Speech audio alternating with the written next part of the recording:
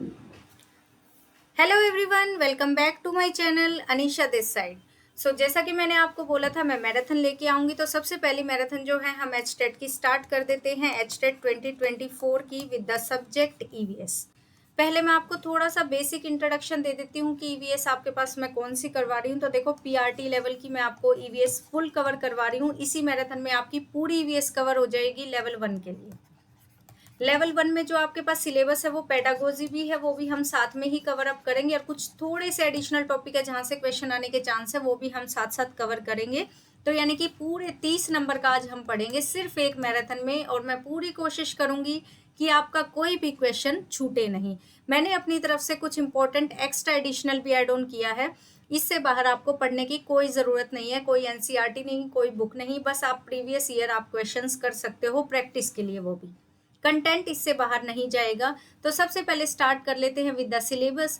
तो ये देखिए, ये है ईवीएस का सिलेबस जो कि आपका मेंशन्ड है। एच टेट का जो प्रिस्क्राइब्ड है, हरियाणा का जो टेट का एग्जाम है वो उसने अपना मेंशन कर रखा, वो सिलेबस ये है। सबसे पहले है चैप्टर फैमिली एंड फ्रेंड्स, जो कि इतना कोई खास इंपॉर्टेंट नहीं है, इससे कोई क्वेश्चन नहीं बनते। 2-3 क्वेश्चन है वो मैं आपको बताऊंगी। वर्क एंड प्ले, इससे भी आपके पास 1-2 स्पेसिफिक क्वेश्चन है, वही बनते हैं। मेन इंपॉर्टेंट चैप्टर आ जाते हैं प्लांट एंड एनिमल और फूड। ये 3 चैप्टर्स इतने इंपॉर्टेंट है कि यहाँ से आपको भर भर के क्वेश्चन देखने को मिलेंगे, टीजीटी में भी, साइंस में, और साथ में पीआरटी में भी। शेल्टर से भी क्वेश्चन आते हैं। वाटर रिसोर्सेज भी बहुत इंपॉर्टेंट है, यहाँ से आपके पास क्वेश्चन आता है। ट्रेवल से आपके पास कुछ स्पेसिफिक क्वेश्चन है वो आते हैं, और उसके बाद art and crafted daily activities से इससे कुछ खास क्वेश्चन नहीं आता है आपके पास। तो ये तो है सिलेबस सब्जेक्ट का। साथ में ये है पेडागोजी। अब पेडागोजी जो है वो आपके पास ईवीएस की इतनी आसान है क्योंकि इसमें ले दे के आपको सोशल साइंस को रियल साइंस से कनेक्ट करना होता है, मीन्स रियल लाइफ सिचुएशन से कनेक्ट करना होता है, और कुछ भी नहीं है इसमें। एक टीएलएम है वो इम्पोर्टेंट है, वो आप सीडीपी में भी बहुत अच्छे से पढ़ोगे, और नहीं तो यहाँ पर सिर्फ बेसिक मैं आपको बताऊंगी जितना ईवीएस के लिए ज़रूरी है। और साथ में सीसी इवेल्युएशन वाला चैप्टर है जो कि आपको बहुत देखने को मिलता है। इसके अलावा कोई खास क्वेश्चन नहीं है ईवीएस का।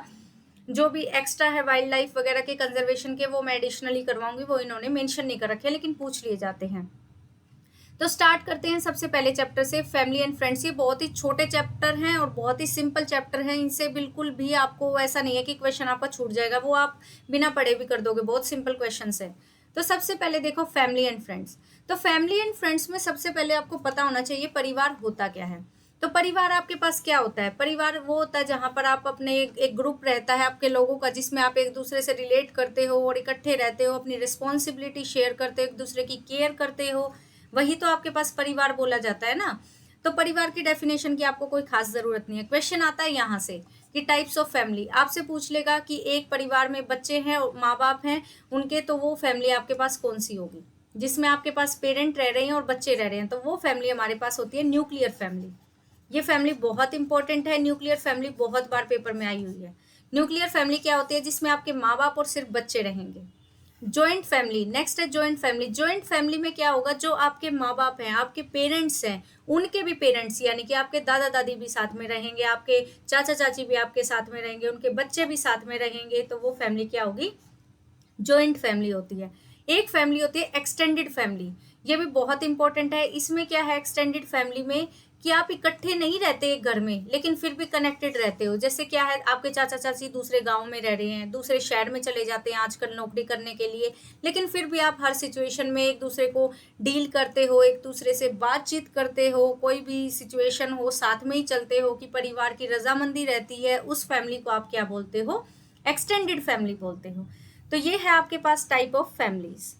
नेक्स्ट है इंपॉर्टेंस ऑफ फैमिली। ये देखो, कोई क्वेश्चन नहीं है, यहाँ से कोई क्वेश्चन नहीं बनता। क्वेश्चन सिर्फ टाइप ऑफ फैमिली से बनता है इस चैप्टर में। ये सिर्फ आपको पता होना चाहिए फैमिली का महत्व क्या है। देखो, सबसे पहले आपको एक सहारा देता है, देखभाल करता है, इमोशनली सपोर्ट करता है, फिजिकली सपोर्ट करता है, कभी खुशी होती है कभी गम होता है, हर सिचुएशन में परिवार आपके साथ खड़ा रहता है। नेक्स्ट है वैल्यू और कल्चर। भाई आपके परिवार के कुछ नियम होते हैं, जैसे आपके माँ बाप कहते हैं भाई हमारे परिवार में ये चीज नहीं होगी, आपके चाचा चाची कहते हैं हमारे परिवार में ये चीजें कभी नहीं होती आई, हमारे परिवार का अपना एक कल्चर है, हमारे परिवार की बहुएं ऐसा नहीं करती, हमारे परिवार की घर बेटियां बाहर नहीं जाती, घर की बेटियां बाहर नहीं जाती, ऐसा कुछ मतलब कहते हैं कि ये रूल्स है हमारे परिवार के, कुछ अच्छे होते हैं, कुछ आपको पता ही है कि ज़्यादा स्ट्रिक्ट रूल्स होते हैं, तो वो जनरेशन से जनरेशन में भेजने के लिए जो है वो परिवार अपना योगदान देता है, क्योंकि परिवार के लोग ही तो आपको बताएंगे ना कि हमारे परिवार में हो क्या रहा है। नेक्स्ट है लर्निंग में और ग्रोथ में। आपके पास अपनी बेसिक स्किल्स, मोरल वैल्यूज, कि आपके नैतिक मूल्य क्या हैं, आपकी लाइफ स्किल्स क्या है, मतलब क्या आपको करना चाहिए, कैसे करना चाहिए, क्या खाना पीना है, कैसे रहना है घर परिवार में, वो सब कुछ आपको क्या है, फैमिली बताती है आपकी। नेक्स्ट है फैमिली मेंबर्स का रोल। ये भी इंपॉर्टेंट है, यहाँ से भी आपको एक छोटा सा क्वेश्चन देखने को मिल सकता है कि फैमिली मेंबर का रोल क्या होता है। जैसे पेरेंट्स है, पेरेंट्स का रोल कितना है। अब आपके पेरेंट्स का रोल आपको ये नहीं देखना कि आपके घर में कितना है, आपको ये देखना है कि ईवीएस की डेफिनेशन क्या कहती है। वो कहती है कि पेरेंट का काम सिर्फ इतना ही है, वो आपको गाइड करेगा, वो आपको प्रोटेक्ट करेगा, वो आपको सपोर्ट करेगा। मतलब क्या है, वो आपको मार्गदर्शन देगा, सुरक्षा देगा, सहारा देगा, और आपकी जो बेसिक नीड्स है उनको पूरा करेगा, और आपको पढ़ने के लिए कहेगा। जैसे आपको कहते हैं पढ़ो, तो वो आपके माता पिता कहते हैं। उसके बाद दादा दादी का रोल क्या रहता है ईवीएस की नज़र में, स्टोरीज शेयर करनी है, विजडम यानी कि आपको ज्ञान देना है, पुरानी जो बातें हैं उनकी वो स्टोरी के थ्रू नहीं सुनाते आपको कि ट्रेडिशंस, हमारे टाइम में ऐसा होता था, हमारे टाइम में ऐसा होता था, तो ये सब कुछ आपको क्या है, आपके दादा दादी सिखाते हैं। नेक्स्ट है सिबलिंग्स। सिबलिंग्स भाई बहन आपके क्या करते हैं, ये आपको पता है, एक दूसरे से चीजें बांटते हैं, एक दूसरे को सपोर्ट करते हैं, कोऑपरेशन करते हैं, एक दूसरे के साथ रहना सीखते हैं, एक दूसरे के साथ खेलते हैं, दोस्त बन जाते हैं। तो ये सब किसका काम है, सिबलिंग्स का। सिबलिंग्स क्या होते हैं, भाई बहन होते हैं। तो ये आपके फैमिली मेंबर्स का रोल है अकॉर्डिंग टू ईवीएस। आपको इसमें खुद नहीं देखना कि मेरा माँ बाप जो है मेरे लिए ये करते हैं, मेरे दादा दादी ही मुझे सपोर्ट करते हैं, ऐसा कुछ नहीं है। जो ईवीएस की है डेफिनेशन पेपर में, यहाँ से आपके पास जैसे क्वेश्चन आ जाएगा, पेरेंट का रोल गाइडेंस, प्रोटेक्शन और सपोर्ट दे देंगे, साथ में एक ऑप्शन दे देंगे यहाँ पर स्टोरीज। तो स्टोरीज का काम आपके पास दादा दादी का है, वो आपके माता पिता का नहीं है। तो ये नहीं आप ये सोचोगे मेरे मम्मा पापा तो मुझे स्टोरी सुनाते हैं, तो ये नहीं होगा, ऑप्शन गलत हो जाएगा, आपको डायरेक्ट क्वेश्चन देखने को मिलेंगे। उसके बाद आ जाते हैं फ्रेंड्स पे। फ्रेंड्स क्या होते हैं, जो कि घर से बाहर रहते हैं लेकिन आपके साथ खेलते कूदते हैं, और आपके जो इंटरेस्ट होते हैं उनमें साथ रहते हैं आपके, तो वो आपके दोस्त कहलाते हैं। दोस्त कहाँ का काम आते हैं आपके पास, सामाजिक स्किल्स जो कि बाहर है, टीम वर्क करने में, सहानुभूति जो कि आपके बाहर कैसे सोसाइटी में रहना है, वो सब कौन सिखाता है आपको, एक दोस्त सिखाता है। आपको इमोशनली स्ट्रोंग करता है, वो भी आपके पास एक दोस्त स्ट्रोंग करता है। नेक्स्ट है एक्टिविटी करते हो, आप फ्रेंड्स के साथ खेलते हो, पढ़ते हो, पार्टिसिपेट करते हो अपने हॉबीज में, मतलब जो भी आपकी हॉबीज है, जिन चीज़ों को आपको खेलना पसंद है या जो चीज़ करना पसंद है, किसी को डांस करना पसंद है वो दोस्तों के साथ कर लेते हैं, कुछ सिंग करते हैं, मतलब गाना गाते हैं दोस्तों के साथ। तो ये सब कुछ आपके पास डिपेंड करता है कि आपकी हॉबी क्या है, उसके अकॉर्डिंग आप अपने फ्रेंड्स के साथ खेलते हो। तो ऑन द एंड मैंने एक समरी भी रेडी की है कि एक लाइन में अगर आपको वो जो है थोड़ा सा हाईलाइट चाहिए, तो समरी क्या है, आपके पास फैमिली और फ्रेंड आपकी ज़रूरत है, एक असेंशियल चीज़ है, पेपर में आ सकता है असेंशियल है या नहीं है। असेंशियल है, सपोर्ट करते हैं, केयर करते हैं, हमें लर्निंग अपॉर्चुनिटीज़, सीखने के अवसर प्रदान करते हैं। अब आप सोचोगे सीखने के अवसर ऑप्शन में देखते इसे तो आप पहले ही काट दोगे कि फैमिली और फ्रेंड्स हमें कहाँ सीखने के ऑप्शन देते हैं। ये आपको जो है आप सोचोगे कि हमें तो कंपनी जो है वो देती है या पढ़ाई देती है, ऐसा कुछ नहीं है। आपकी जो फैमिली और फ्रेंड्स है वही आपको गाइड करते हैं एक प्रॉपरली, उसके बाद ही आप अपॉर्चुनिटीज़ को सीखते हो, सीखने के अवसर मिलते हैं। तो फर्स्ट चैप्टर हमारे पास कंप्लीट होता है, family and friends. Next chapter है वर्क एंड प्ले। इनमें से सिर्फ इतना ही करना, ये दो चैप्टर बहुत छोटे हैं। सबसे पहले देखो प्ले और वर्क के लिए सबसे पहले हमें पता होना चाहिए वर्क एक्चुअल में होता क्या है। तो ईवीएस की लैंग्वेज में वर्क क्या होता है, जो आप डेली काम करते हो और उसके बाद आप अपने कुछ गोल्स अचीव करते हो, मतलब आप अपनी आवश्यकताओं को पूरा करते हो, लक्ष्य हासिल करने के लिए जो नियमित रूप से आप कार्य करते हो वो क्या होते हैं, आपके पास गोल्स होते हैं, वर्क होते हैं, वो आपके काम होते हैं। वो हाउस होल्ड कोर्स भी हो सकता है, जॉब भी हो सकती है, पढ़ना भी हो सकता है। जैसे देखो सबसे पहले ये ऑप्शन में आएगा कि क्या ये तीनों काम है, एक और आपको एडिशनल दे देंगे कुछ भी, तो आपको ये टिक करना कि हाँ ये हाउस होल्ड वर्क है, वो नहीं है, तो पूछ लेंगे कौन सा नहीं है।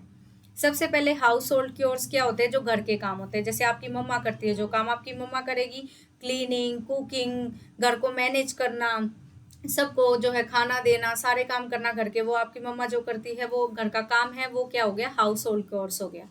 नेक्स्ट है स्कूल वर्क, जो आप करते हो, तो ये काम तो आपका किसका हो गया, मदर का हो गया। ऐसे याद रख सकते हो, मदर जो काम करेगी वो भी एक काम है, जो आप काम करते हो वो भी एक काम है, और जो आपके फादर काम करते हैं वो भी एक काम है। तो आपके पास स्कूल वर्क्स, जो स्कूल में काम होता है वो क्या होता है, स्टडी होता है, आप खुद काम करते हो, पढ़ते हो, अपना होमवर्क कंप्लीट करते हो, स्कूल की एक्टिविटीज में पार्ट लेते हो, ये सारा भी आपका क्या है, काम है।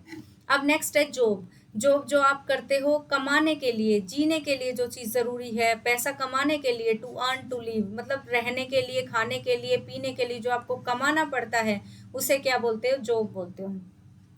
जॉब जिसके लिए आप तैयारी कर रहे हो, जैसे टीचिंग है, फार्मिंग है, ऑफिस वर्क है, ये सब आप काम तैयारी करते हो, तो ये क्या होता है, आपके पास एक काम है। तो ये तीनों ही काम में आते हैं, जो आपकी मदर करती है, जो आप खुद करते हो, और जो आपके फादर करते हैं। इस तरह के हमारे पास 3 काम होते हैं ये। उसके बाद नेक्स्ट आ जाता है रिक्रिएशनल एक्टिविटीज। ये वर्ड आपने बहुत सुना होगा, रिक्रिएशनल एक्टिविटीज। तो यहाँ से एक छोटा सा क्वेश्चन आता है इंडोर आउटडोर एक्टिविटीज का, या फिर ग्रुप और सोलो एक्टिविटीज का पूछ लेते हैं। तो रिक्रिएशनल एक्टिविटीज क्या होती हैं आपके पास, जो मनोरंजन की हो। मनोरंजन, पहले तो मनोरंजन जरूरी ही क्यों है, क्या मनोरंजन जरूरी है, तो बिल्कुल जरूरी है, आपकी बॉडी को रिलैक्स करने के लिए, रिफ्रेश होने के लिए, लाइफ को एंजॉय करने के लिए, अपने आप को फिजिकल और मेंटली फिट करने के लिए आपको क्या है, मनोरंजन करना चाहिए। टाइम टू टाइम आपको अपनी बॉडी को रिलैक्स करना होता है। जैसे आप पढ़ते पढ़ते थक जाओ, तो आपको एक बार क्या होता है, रिफ्रेश करने की ज़रूरत होती है। आप थोड़ी देर घूमते हो, चाय पानी पीते हो, उसके बाद फिर से पढ़ने लग जाते हो। या आप क्या करते हो, एक सब्जेक्ट से बोर हो रहे हो, दूसरे सब्जेक्ट पे जब भी स्विच कर जाते हो, तो डेट इज कॉल्ड रिक्रिएशन।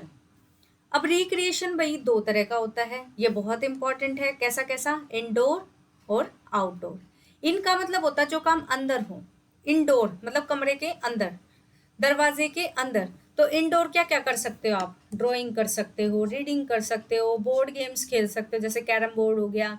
तो जो काम आप कमरे के अंदर कर सकते हो वो इंडोर है। अब अपने आप ये मत सोचना कि आपके पास कुछ भी, आपने जैसे स्पोर्ट्स हैं, बेसिकली स्पोर्ट्स आउटसाइड होते हैं, तो वो आउटडोर होते हैं, कि मैं तो कमरे में ही खेल लूंगा क्रिकेट। तो वो क्रिकेट जो आप खेलोगे ना, वो आउटडोर होगा, वो इंडोर नहीं होगा, क्योंकि वो आप खुद खेल रहे हो। खुद तो कमरे में कुछ भी खेल लो, लेकिन वैसे बेसिकली तो ये बाहर ही खेला जाता है ना। तो इंडोर होती हैं जो कमरे के अंदर एक्टिविटी हो, और आउटडोर क्या होती है, जो कमरे के बाहर हो, जैसे स्पोर्ट्स हो गया, साइकिलिंग हो गया, गार्डनिंग हो गया। जिसको जो चीज़ पसंद है वो कर सकता है। रिक्रिएशन आपका किसी भी तरह का हो सकता है। अब भाई किसी का तो मन करता है मैं तो अकेले जाके बैठूंगा, अकेले म्यूजिक सुनूंगा, अकेले रहूंगा, वो मेरा मनोरंजन है। कुछ लोगों को ये लगता है भाई नहीं, मैं अकेले नहीं रहूंगा, मैं तो रिक्रिएशन अपना ग्रुप में करूंगा, मुझे तो एक पूरा ग्रुप चाहिए। तो लोग क्या करेंगे, आजा भाई दोस्त तू भी आजा, आजा भाई, मतलब अपने फ्रेंड्स को बुला लेते हैं। लड़के होंगे, लड़के अपना जो है पार्टी करेंगे अलग तरह की, अपना ड्रिंक व्रिंक लेंगे, एंजॉय करेंगे, पूरा मूवी वूवी देखेंगे। और लड़कियां क्या करेंगी, लड़कियां अपना छोटा मोटा म्यूजिक सुनेंगी, गाने गाने गाएंगे, डांस करेंगी, होगी पार्टी। तो ये पार्टी भाई जिसको जो पसंद है, तो ये होती है ग्रुप पार्टी। और जो सोलो क्या होता है भाई, एक दोस्त है जिसे नहीं पसंद है भाई किसी को बुलाना, बैठ के अपना म्यूजिक सुन लिया, एकांत में बैठ गया पहाड़ों में जाके, सैड सॉन्ग अपना सुन रहा है, that is called solo activity. तो सोलो का मतलब होता है सिंगल, ग्रुप का मतलब होता है ग्रुप में। तो किसी भी तरह से हो सकती है ये। नेक्स्ट है balance. Balance between work and play. Work and play में बैलेंस। बैलेंस का मतलब क्या होता है कि काम में और खेल में बैलेंस जरूरी है, बहुत जरूरी है। क्योंकि देखो, अगर आप ज्यादा काम करोगे तो आप बहुत ज्यादा स्ट्रेस में हो जाओगे, आप हेल्दी नहीं रहोगे। और बहुत ज्यादा खेलोगे तो आप कमाओगे ही क्या, काम ही नहीं करोगे तो आप लाइफ में सक्सेस नहीं होगे। तो आपके लिए जो है दोनों में अपने आप को खुश रखने के लिए और हेल्दी रखने के लिए, कि हेल्दी भी रहो और खुश भी रहो, बैलेंस बहुत जरूरी है। अपने आप को जो है स्टे हेल्दी, स्टे हैप्पी, उसके लिए आपको क्या करना, दोनों में बैलेंस बना के चलना है। अदरवाइज जो है ये स्ट्रेसफुल होगा। अगर ज़्यादा प्ले करोगे, ज़्यादा खेलोगे, तो कोई भी टास्क आपका कंप्लीट नहीं होगा। टाइम मैनेजमेंट बहुत ज़रूरी है, कि टाइम मैनेज करके चलो, कितनी देर खेलना है, कितनी देर आपको काम करना है। हेल्दी लाइफस्टाइल के लिए आपको जो है फिजिकली, मेंटली, पर्सनली जो है सारी ग्रोथ आपके पास जो है बैलेंस बना के करना है। तो ये कुछ खास इंपॉर्टेंट नहीं है, बस मैनेज करना है। टाइम मैनेजमेंट होनी चाहिए, हेल्दी लाइफस्टाइल होना चाहिए। इंपॉर्टेंस है आपके पास बैलेंस की, कि लाइफ में इस तरीके से बैलेंस बना के आप चल सकते हो। तो समरी इस चैप्टर की क्या है, सिंपली कि हमारे पास जो काम है और खेलना है वो हमारे पास हमारी ज़रूरत है, क्योंकि काम हमारी क्या है, ज़रूरत है, और प्ले क्या है, हमारी जिम्मेदारी है। या फिर आप कह सकते हो काम हमारा जो है ज़रूरत और जिम्मेदारी है, और खेलना हमारा क्या है, एन्जॉयमेंट और रिलैक्सेशन है। तो इन बेसिक मैं आपको बताऊं तो प्ले से आप याद रख सकते हो कि एंजॉय करना और बॉडी को रिलैक्स करवाना काम है इसका। और हमारे पास जो है वर्क जो है हमारी ज़रूरत है और साथ साथ क्या है, एक रिस्पॉन्सिबिलिटी भी है। जैसे आप बड़े होकर अपनी फैमिली की रिस्पॉन्सिबिलिटी लेते हो तो काम करना बहुत ज़रूरी है। मैंने एक एक चीज़ आपको लिख रखी है, इसमें कुछ भी लिखने की ज़रूरत नहीं है, सब कुछ पीपीटी के अंदर है। नेक्स्ट चैप्टर हम करते हैं, क्या है आपको देख के कौन सा चैप्टर लग रहा है, आप कौन सा चैप्टर स्टार्ट करेंगे, क्या लग रहे हैं, एनिमल्स। तो नेक्स्ट चैप्टर बहुत इंपॉर्टेंट है। अब यहाँ से ईवीएस का पार्ट शुरू हो गया जो कि पेपर में आएगा, मोस्टली जो है यहाँ से क्वेश्चंस उठाए जाते हैं। एनिमल्स, सबसे पहला तो यही क्वेश्चन बन जाता है कि डोमेस्टिक एनिमल कौन होते हैं, वाइल्ड एनिमल क्या होते हैं, पेट एनिमल्स कौन से होते हैं। तो एनिमल्स क्या होते हैं, जानवर होते हैं, आपको भी पता है, ये तो जानवर ही होते हैं। अब आपके पास जो एनिमल्स हैं वो 3 तरह के होते हैं। डोमेस्टिक अब आप क्या कहोगे, जो घर में रहते हैं। तो घर में जो रहने वाले हैं वो साथ साथ उनका पर्पस भी देखो कि वो फार्मिंग के लिए, कंपेनियनशिप के लिए, गार्डनिंग के लिए, मतलब क्या है आपके पास, जैसे खेती वगैरह में यूज करते हैं एनिमल्स को। कुछ लोग यूज करते हैं खेती में, जैसे गाय वगैरह, गाय जो होती है, बुल होते हैं, बुल को यूज कर लेते हैं। साथ में क्या है, कुछ लोगों को उनका साथ पसंद होता है, कुछ लोग सुरक्षा के लिए रखते हैं, तो वो डोमेस्टिक एनिमल्स होते हैं। जैसे घर में गाय, भैंस, कुत्ता, बिल्ली, ये सब होते हैं जो हम पाल लेते हैं, गोट, बकरी, तो ये सारे डोमेस्टिक होते हैं। अब वाइल्ड एनिमल्स है। वाइल्ड एनिमल्स जनरली क्या होते हैं, जंगलों में रहते हैं और ये नेचुरल हैबिटेट्स होता है इनका, मतलब जो है प्राकृतिक, जो प्रकृति ने दिया है उनका आवास उसी में रहेंगे। ये आप घर नहीं रख सकते, आप शेर को घर में नहीं रख सकते, ये अपनी जगह अपने आप ही रहते हैं, अपने आप ही सर्वाइव करते हैं। तो वाइल्ड एनिमल्स आपके पास क्या होते हैं, जो कि नेचुरली रहते हैं। नेचुरली मतलब प्रकृति ने जो उन्हें दिया है रहने के लिए, शेल्टर जो दी है उसी में रहेंगे। एग्जाम्पल के लिए लायन है, टाइगर है, डियर है, एलिफेंट है। इंग्लिश हिंदी दोनों में लिखा है, आप पढ़ सकते हो। मैं इंग्लिश मीडियम से हूँ कभी से, तो इसीलिए मैं इंग्लिश में ही करवा रही हूँ, बाकी आप हिंदी देख सकते हो इसके साथ साथ। नेक्स्ट है पेट एनिमल्स। पेट एनिमल्स आपके पास क्या होते हैं, पेट एनिमल्स आपके पास जो होते हैं, पेट मतलब जो पालतू जानवर हो, जो सिर्फ आप अपने साथ के लिए और अपनी खुशी के लिए रखते हो, इनसे कोई आपको सेफ्टी नहीं मिलती है, सिर्फ अपनी खुशी के लिए पालते हो। जैसे घर में आपने कुत्ता पाल लिया, कुत्ता आप अपनी खुशी के लिए पाल रहे हो। जनरली आपको अगर सेफ्टी चाहिए तो कुछ लोग सेफ्टी से कह सकते हो, लेकिन कुत्ता जरूरी नहीं कि हर किसी को सेफ्टी दे। कैट है, हर किसी को सेफ्टी दे। फिश है, हर किसी को सेफ्टी दे। पैरट है, जो खुशी है आपकी, जिस जानवर को पालना चाहो, सिर्फ आप खुशी से पाल रहे हो, मतलब सेफ्टी के पर्पज से नहीं। अगर सेफ्टी के पर्पज से पालोगे तो वो डोमेस्टिक होगा। अगर आप उसे सिर्फ और सिर्फ अपने साथ के लिए, अपने मजे के लिए पाल रहे हो, भाई आपको खुशी मिल रही है, उसका ध्यान रख रहे हो आप, तो वो क्या होता है, पेट एनिमल होता है। तो एक क्वेश्चन तो यहाँ से ही आ जाता है। नेक्स्ट ये क्वेश्चन भी बहुत इंपॉर्टेंट है, मोस्ट इंपॉर्टेंट है, हैबिटेट से क्वेश्चन बहुत आता है। हैबिटेट का मतलब होता है आपके पास आवास, कहाँ रह रही है कोई चीज। तो देखो, एनिमल आपके पास लैंड पे भी रह सकता है, जमीन पे भी रह सकता है, पानी में भी रह सकता है, हवा में भी रह सकते हैं। वो मैं बताती हूँ कौन कौन से कहाँ कहाँ रहते हैं। तो जो लैंड पे रहते हैं वो तो आपके घर में ही जो रह रहे हैं, कुत्ता, बिल्ली, जानवर जितने भी ये मैंने अभी बताए हैं आपको, डोमेस्टिक पेट। तो ये आपके पास फॉरेस्ट में भी हो सकते हैं, फॉरेस्ट में, जंगलों में भी रह सकते हैं, ग्रास लैंड्स हो गए, डेजर्ट्स हो गए, रेगिस्तान वाले इलाकों में हो गया। ये जो है क्या होती है, इनके पास कैपेबिलिटी चलने की होती है, भागने की होती है और अलग अलग कंडीशंस में सर्वाइव करने की। क्लाइमेट मतलब जैसे देखो बंदर है, अब सर्दी भी आएगी तो सर्दी में वो कपड़े थोड़ी पहनेंगी, वो अपने आप को उसी माहौल में क्या कर लेते हैं, अडप्ट कर लेते हैं।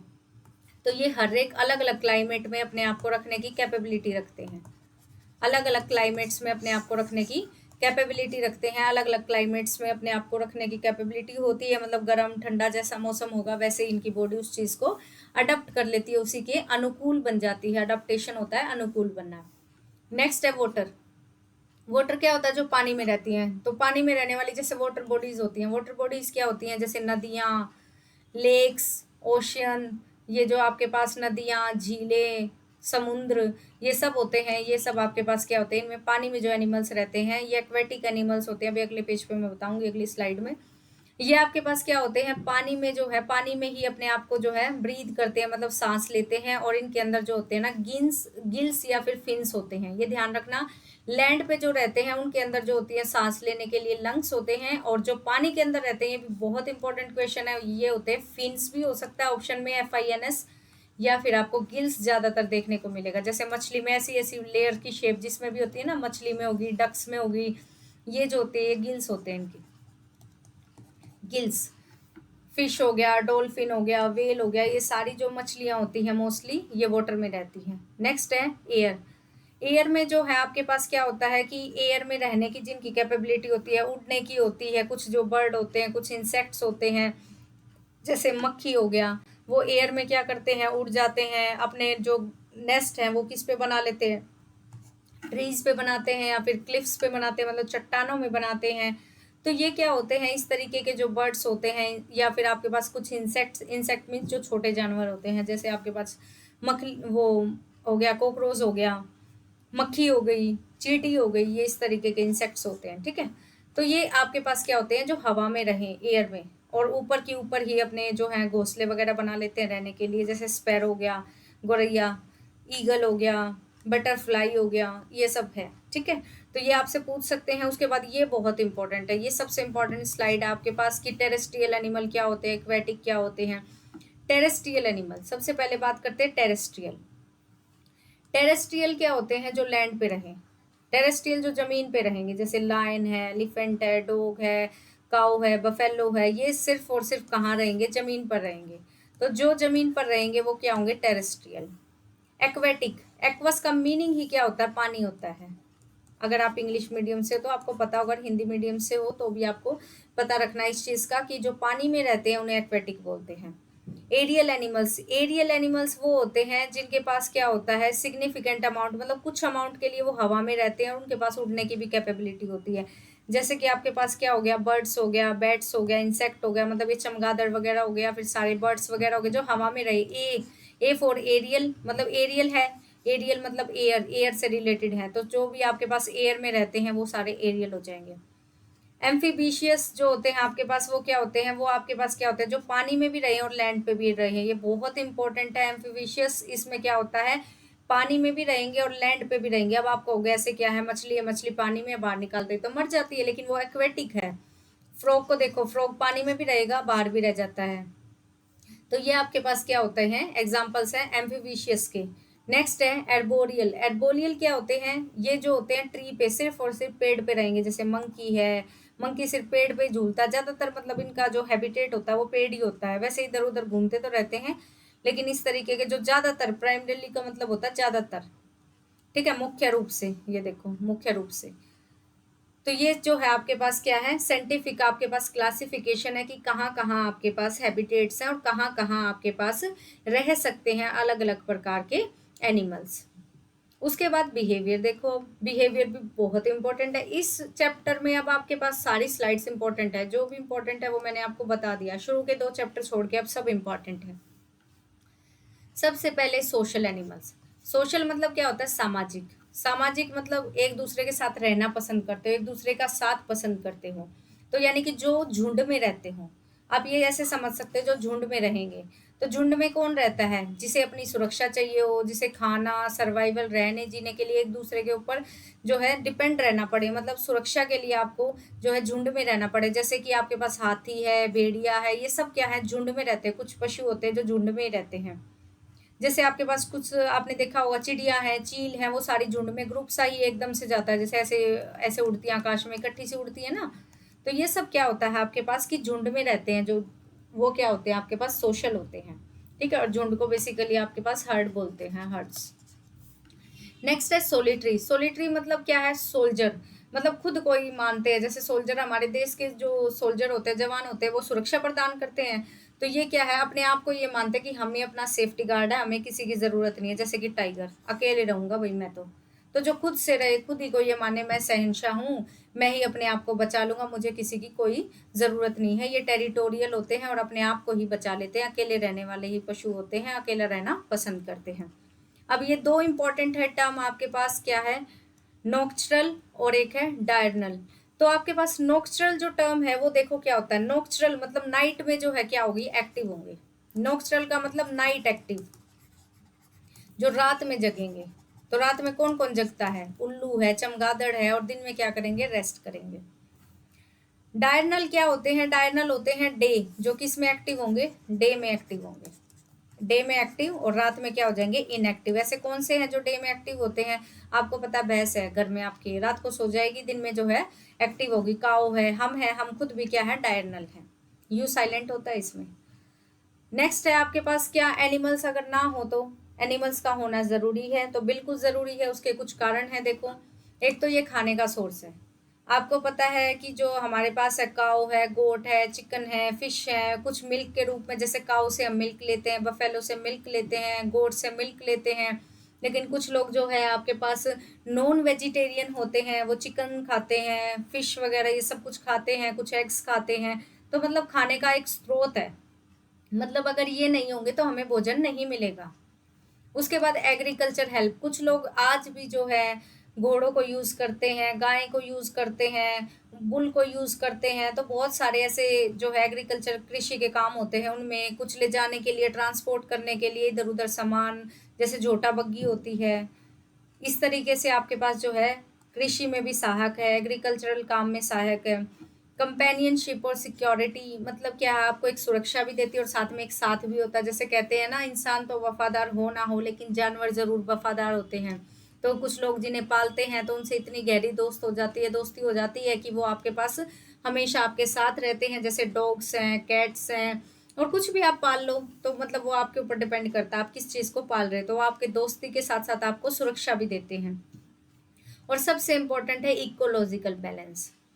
इकोलॉजिकल बैलेंस देखो क्या होता है, इकोलॉजिकल आपका सिस्टम क्या होता है, जिसमें घास से लेके, ग्रास से लेके, आपको भी इंक्लूड कर दो, सभी एनिमल्स को भी इंक्लूड कर दो, सारी प्रकृति पूरी, मतलब पूरी अर्थ पे जितनी प्रजाति हैं सबको मिला के जो एक बैलेंस बना हुआ है। जैसे कि आपके पास एक चीज को जो है कोई खा रहा है, एक चीज को कोई खा रहा है, वो मैं आगे आपको फूड चेन में समझाऊंगी। तो वो बैलेंस बना रहता है, ये फूड चेन का पार्ट है। अगर ये नहीं होंगे आपके पास तो क्या होगा, फूड चेन बिगड़ जाएगी, वो मैं आगे आपको अच्छे से समझाऊंगी। तो इकोलॉजिकल बैलेंस जो है परिस्थितिक संतुलन, मतलब जो पृथ्वी है उसका क्या है, संतुलन बना हुआ है, संतुलन बिगड़ जाएगा। तो इस चैप्टर की समरी कर लेते हैं। ये एनिमल चैप्टर थोड़ा बड़ा था, बट इससे भी बड़ा है फूड चैप्टर, और फिर दोनों को इकट्ठा करेंगे। अभी तो ये चैप्टर बहुत लेंदी है। एनिमल क्या है, आपके पास अलग अलग तरह के होते हैं, अलग अलग हैबिटेट में रहते हैं, मतलब आवास होते हैं, अलग अलग उनका बिहेवियर होता है, वो हमें खाना देते हैं फार्मिंग में, और कैंपियनशिप में हमारी हेल्प करते हैं, इकोलॉजिकल बैलेंस मेंटेन करते हैं। सारी चीज़ों का निचोड़ मैंने एक लाइन में दे रखा है। नेक्स्ट चैप्टर स्टार्ट करते हैं। कौन सा चैप्टर लग रहा है आप देख के, ये आपको बहुत अलग अलग तरह के ट्रीज दिख रहे हैं, प्लांट दिख रहे हैं, फ्रूट दिख रहे हैं। तो अब नेक्स्ट चैप्टर हम डील करते हैं प्लांट्स के साथ। सबसे पहले प्लांट का भी पता होना चाहिए प्लांट होते क्या है। तो प्लांट क्या है, प्लांट एक लिविंग थिंग है। सबसे पहली बात तो ये ध्यान रखना कि प्लांट लिविंग है। लिविंग मतलब जीती हुई चीज है, जीव है, एक जीवित जीव है, जो कि अपना खाना खुद बनाता है फोटोसिंथेसिस के प्रोसेस से। क्वेश्चन बहुत ज्यादा इंपॉर्टेंट है, किस प्रोसेस से बनाता है खाना अपना, फोटोसिंथेसिस से बनाता है। फोटोसिंथेसिस का मतलब होता है प्रकाश संश्लेषण। और ये हमारे पास जो है एनवायरनमेंट में, हमारी प्रकृति में बहुत इंपॉर्टेंट रोल प्ले करता है, क्योंकि ऑक्सीजन रिलीज करता है। ये ऑक्सीजन रिलीज होगी, O2 रिलीज होगी, तो ये आप सांस ले पाओगे। अगर प्लांट नहीं होगे तो ऑक्सीजन कहाँ से लाओगे। तो हम भी इस पे क्या है, डिपेंडेंट है। एग्जाम्पल क्या है प्लांट के, प्लांट भाई ट्री की फॉर्म में भी हो सकता है, पेड़ भी हो सकता है, श्रब मतलब झाड़ियां भी हो सकती है, हर्ब्स मतलब जड़ी बूटियां होती हैं, जैसे छोटी छोटी जो होती हैं, आगे पता होंगे सबको। क्रीपर्स भी होते हैं, क्लाइमर्स भी होते हैं। तो ये अलग अलग होते हैं आपके पास प्लांट्स के पार्ट। अब सबसे इंपॉर्टेंट टर्म है कुछ जो कि प्लांट में यूज होती है, जहां से क्वेश्चन आता है, इसीलिए मैंने इन्हें जो है एडिशनल टर्म्स को पीआरटी में भी ऐड ऑन किया, क्योंकि यहाँ से क्वेश्चन आता है। सबसे पहले फोटोसिंथेसिस को डिस्कस कर लेते हैं। क्या होता है फोटो, मीन्स क्या हो गया, light. Photo means light. Synthesis का मतलब होता है खाना बनाना, मतलब खाना नहीं, कुछ भी बनाना। सिंथेसिस का मतलब होता है बनाना। तो यहाँ पर जो है लाइट की प्रेजेंस में, मतलब लाइट आप लोगे, लाइट कहाँ से लोगे, सूर्य से, सन से। सन से आपने क्या लिया, लाइट ली। यहाँ पर आपके पास सन है, ये सन है, सन से आपने क्या किया, लाइट को लिया। ठीक है, सन से आपने लाइट को लिया, लाइट को लेके आपको खाना बनाना है, उस प्रोसेस को बोलते हो photosynthesis. Photo means light, light के प्रोसेस से, लाइट की हेल्प से आपने क्या किया, अपना खाना बनाया। तो वो खाना कैसे बनाते हो आप, आपके पास जो लीव्स होती हैं, एक्चुअली आपके पास क्या होता है जनरली, जो है प्लांट्स को अपना खाना बनाने के लिए दो तीन चीज़ों की ही ज़रूरत होती है। सबसे पहली तो होती है सनलाइट की। सनलाइट आपके पास सूरज से मिल जाएगी, ये भी बहुत इंपॉर्टेंट है सनलाइट की। नेक्स्ट होती है कार्बन डाइऑक्साइड की। कार्बन डाइऑक्साइड हम ही रिलीज करते हैं, तो वो हमारे एनवायरनमेंट में होती है। सेकंड जो होती है, थर्ड जो होती है, वो होता है पानी। वाटर भी हमारे पास नेचर में ही प्रेजेंट होता है, और बाकी जो है हमारे पास प्लांट के अंदर जो है रूट से आ जाता है, वो जाइलम फिलोएम भी मैं आपको बताऊंगी। लास्ट जो है हमारे पास होता है एक क्लोरोफिल। क्लोरोफिल भी आप पढ़ लो क्या होता है। क्लोरोफिल होती है ग्रीन कलर की pigment, green colour pigment. Pigment मैं अच्छे से लिख देती हूँ, PIGMENT। जो ग्रीन कलर होता है ना पत्तियों का, वो क्लोरोफिल की वजह से होता है। तो एक नंबर में एक क्वेश्चन आ सकता है कि क्लोरोफिल जो होता है वो क्या होता है। तो क्लोरोफिल आपको पता होना चाहिए, ग्रीन कलर की एक पिगमेंट है जो जिसकी वजह से पत्तियां हरी होती हैं, पेड़ हमारा हरा होता है, वो पिगमेंट होती है। तो यहाँ पर क्या होता है, आपके पास जैसे ही सनलाइट आई, ये सूरज था, सूरज से सनलाइट आई, कार्बन डाइऑक्साइड था, पानी था, लाइट एनर्जी वही है। उसके बाद यहाँ पर क्लोरोफिल है, क्लोरोफिल प्लांट के अंदर ही है। उन सब से मिलके आपके पास एक बन जाता है, यहाँ पर स्टार्च बनती है, या आप ग्लूकोज बोल सकते हो, ग्लूकोज है या फिर फॉर्म ऑफ शुगर है, शुगर, स्टार्च, कुछ भी आप इसको बोल सकते हो। तो ये इनका खाना होता है, प्लांट का खाना। अगर आपके पास ऑप्शन में आ जाए, पूछा जाए, तो बताना है आपको क्या होता है, ग्लूकोज। ग्लूकोज, या फिर आपके पास यहाँ पे स्टार्च मिल सकता है, या फिर कई बार ऑप्शन में, वैसे कभी कभार ऐसा हो सकता है, वैसे होता नहीं है, सुक्रोज भी मिल सकता है, फ्रुक्टोज भी मिल सकता है। वैसे ये अदर फॉर्म्स होती हैं शुगर की, लेकिन सुक्रोज, फ्रुक्टोज मिल जाए तो आप कर दोगे। अगर ये नहीं है तो ऑप्शन में, इनकी एब्सेंस में आप ये टिक कर सकते हो। वैसे बेसिकली आपको ग्लूकोज मिलेगा या स्टार्च मिलेगा, ये मिलेगा नहीं। और साथ में ऑक्सीजन रिलीज हो जाती है जो कि आप यूज करते हैं। तो यहाँ पर देखो 6 मॉलिक्यूल कार्बन डाइऑक्साइड के, कई बार पूछ लेते कितने मॉलिक्यूल होते हैं आपके पास ग्लूकोज में, क्योंकि ग्लूकोज में आपके पास ग्लूकोज का फॉर्मूला याद होना चाहिए, C6H12O6। कार्बन के 6 मॉलिक्यूल, हाइड्रोजन के 12 और ऑक्सीजन के 6। तो यहाँ पर मेरे पास क्या है, 6 CO2, 6 मॉलिक्यूल जो है CO2 के, ये कार्बन के 6 एटम, हाइड्रोजन के 12, ऑक्सीजन के 6 एटम, ये एटम्स है, मॉलिक्यूल बनेगा पूरा कार्बन डाइऑक्साइड, क्योंकि दो के कंबाइन होने से एटम्स के तभी मॉलिक्यूल बनता है ना। 6 CO2 है, यानी कि कार्बन डाइऑक्साइड आपके पास क्या है, 6 कार्बन जो है आपके पास जुड़ेंगे, और 6 ऑक्सीजन जो है बनने के लिए आपके पास, क्योंकि टोटल जो है ना, यहाँ पे भी बैलेंस जो है बैलेंस हो जाती है बाद में, आप बैलेंस कर सकते हो। यहाँ पर 6 ऑक्सीजन है, 6 यहाँ पर है, तो टोटल हो गए 12 ये, और ये 6 ऑक्सीजन, टोटल 18 ऑक्सीजन होगी। यहाँ पर देखो कितनी ऑक्सीजन है, 6 दूनी 12, 12 ऑक्सीजन ये है, 6 ऑक्सीजन ये है, तो टोटल कितनी होगी, 18 ऑक्सीजन होगी। तो हमेशा बैलेंस रिएक्शन रहेगी, जितने यहाँ पर कार्बन उतने ही कार्बन यहाँ रहेंगे। तो यहाँ पर टोटल ऑक्सीजन कितनी है, 6, और ये ऑक्सीजन जो है 2 है, एक मतलब एटम जो है 2 की फॉर्म में, डायमंड की फॉर्म में एग्जिस्ट करता है। तो 6 दूनी 12, 12 हो गई, और ये 6 यहाँ पर है यू की यूं, तो टोटल हो गया 18। यहाँ पे देखो ऑक्सीजन 6 है, और यहाँ पर 6 दूनी 12, तो 12 ये है, 6 ये है। हाइड्रोजन कितने हैं, 12 है, कार्बन कितने हैं, 6 हैं। तो देख लो यहाँ पे हाइड्रोजन कितने हैं, 6 दूनी 12, कार्बन कितने हैं, 6 हैं, तो टोटल बैलेंस हो गया। लाइट एनर्जी मैंने बता दिया, सनलाइट एब्जॉर्ब करेगा कौन, क्लोरोफिल, या क्लोरोफिल की प्रेजेंस में होता है बेसिकली ये। तो ये है आपके पास फोटोसिंथेसिस से रिलेटेड क्वेश्चन। सबसे पहले पूछ लेंगे फोटोसिंथेसिस क्या होता है, खाना अपना प्लांट कैसे बनाते हैं, तो आपको लिखना फोटोसिंथेसिस से। दूसरा क्वेश्चन आता है क्या क्या जरूरी है फोटोसिंथेसिस के लिए, सनलाइट जरूरी है, कार्बन डाइऑक्साइड जरूरी है, वाटर जरूरी है, और साथ में क्लोरोफिल जरूरी है। उसके बाद आपके पास ये पूछ सकते हैं क्लोरोफिल होता क्या है, तो ग्रीन कलर की पिगमेंट है। उसके बाद पूछ सकते हैं ग्लूकोज का फॉर्मूला क्या होता है, स्टार्च का फॉर्मूला क्या होता है, वो आपको याद होना चाहिए, और ये रिएक्शन बिल्कुल याद होनी चाहिए, 100%, बहुत इंपॉर्टेंट है। ये देखो हिंदी में मैंने लिख दिया है, प्रकाश संश्लेषण, तो ये हिंदी में है आपके पास। अब उसके बाद स्टोमेटा है, स्टोमेटा भी बहुत इंपॉर्टेंट है, ये सारी टर्म इंपॉर्टेंट है, अब कुछ ऐसा नहीं है जो आप छोड़ सको। तो सबसे पहले तो स्टोमेटा की शेप होती है जो किडनी शेप होती है, किडनी या किडनी नहीं, बीन शेप भी बोल सकते हो आप, किडनी या फिर बीन शेप, कुछ इसी तरीके के स्टोमेटा से होते हैं, ऐसे होते हैं स्टोमेटा, ये स्टोमेटा होते हैं, ओपन हो गए, जैसे यहाँ से ये ओपन है स्टोमेटा, इसी तरीके की शेप दिख रही है ऐसी, ये देखो कैसी शेप है, किडनी शेप है या फिर बीन शेप, बीन मतलब जो फ्ली होती है, राजमा होते हैं, ठीक है। तो इस तरीके की शेप होती है स्टोमेटा की। सबसे पहले इसमें स्टोमेटा में से बहुत क्वेश्चन बनते हैं इसी टॉपिक से, देखो छोटी सी डेफिनेशन में बहुत क्वेश्चन निकलेंगे। स्टोमेटा टाइनी पोर्स होते हैं, टाइनी मतलब छोटे छोटे, इनमें छेद होते हैं। देखो लीव्स के अंदर से ये पार्ट निकाला गया माइक्रोस्कोप से, आपने देखा है। ये पहली बात तो कहाँ मिलते हैं, ये जो है तनों पे भी मिल सकते हैं, पत्तियों पे भी मिल सकते हैं, ठीक है, स्टेम में भी मिल सकते हैं, लीव्स में भी मिल सकते हैं। उसके बाद इसका काम क्या है, ये सबसे इंपॉर्टेंट है, ये गैसेस का क्या करता है, आदान प्रदान करता है, ऑक्सीजन आना, ऑक्सीजन छोड़ेगा, कार्बन डाइऑक्साइड लेगा, या फिर वाटर वेपर है तो पानी का भी एक्सचेंज करता है। तो एक्सचेंज किससे होता है, गैसेस का, वाटर वेपर का, आपके पास स्टोमेटा से होता है। स्टोमेटा में क्या होता है, कार्बन डाइऑक्साइड लेता है ये फोटोसिंथेसिस के दौरान जो है आपके पास, और ऑक्सीजन को रिलीज करता है। और स्टोमेटा जो है वाटर को भी कंट्रोल करता है ट्रांसपीरेशन में, ट्रांसपीरेशन अभी बताऊंगी क्या होता है। तो इसके क्या क्या काम हो गए, सबसे पहली तो शेप, कैसी शेप है, किडनी भी बोल सकते हैं, बीन शेप है। पत्तियों पे भी मिल सकता है, तनों पे भी मिल सकता है। गैसेस का आदान प्रदान करता है, ऑक्सीजन का, कार्बन डाइऑक्साइड का, साथ में वाटर वेपर का। और फोटोसिंथेसिस में कार्बन डाइऑक्साइड यही लेता है, ऑक्सीजन देता, बात वही होगी, आदान प्रदान करना, एक्सचेंज ऑफ गैसेस। उसके बाद स्टोमेटा जो है पानी का कंट्रोल भी करता है ट्रांसपीरेशन में। ट्रांसपीरेशन अभी बताऊंगी क्या होता है। ये आ गया ट्रांसपीरेशन। ट्रांसपीरेशन क्या होता है, देखो आपने कभी देखा है सुबह सुबह आप जाते हो, जब आप सर्दियों में जाओगे तो वहां पर आपको पत्तियों पे ऐसी छोटी छोटी बूंदे मिलेंगी, तो ये क्या होता है, ये इसका ट्रांसपीरेशन होता है। ऐसे बूंदे देखने को मिलेंगी तो इन्हें क्या बोलते हो, ट्रांसपीरेशन बोलते हो। ट्रांसपीरेशन वो प्रोसेस होता है जिसमें पानी जो है एब्जॉर्ब कर लेते हैं प्लांट की रूट, मतलब जो जड़ होती है वो क्या कर लेती हैं, एब्जॉर्ब कर लेती है, पानी को सोख लेती हैं, उसके बाद क्या है प्लांट में पहुंचाती हैं और वाटर वेपर की फॉर्म में जो है रिलीज हो जाता है, जो अभी मैंने बताया स्टोमेटा करता है। तो वो काम किसका होता है, स्टोमेटा का होता है, सॉरी।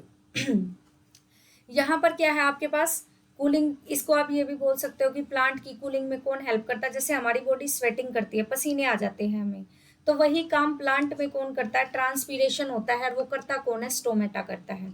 ये क्या करता है, एक बॉडी के अंदर वैक्यूम बना देता है, प्लांट के अंदर पूरा वैक्यूम बना देता है। वैक्यूम मतलब खाली कर देता है उसको, पानी को खींच लेता है, न्यूट्रिएंट को नीचे से खींच लेता है, मतलब आदान प्रदान करके जो पानी निकलता है। आप ये कह सकते हो जब आपकी बॉडी खाना पीना खा के पूरी एक्सरसाइज कर लेती है, सारे काम करती है बॉडी, जब पूरी तरह से फिट होती है, सुबह देखो जब आपकी बॉडी खाली हो जाती है, तो खाली होती है तो पसीने निकलते हैं एक्सरसाइज करते हो तो ये एक तरीके से प्लांट के अंदर एक्सरसाइज का काम करता है, उसको खाली करता है, वैक्यूम करता है, तो वो क्या होता है, ट्रांसपीरेशन।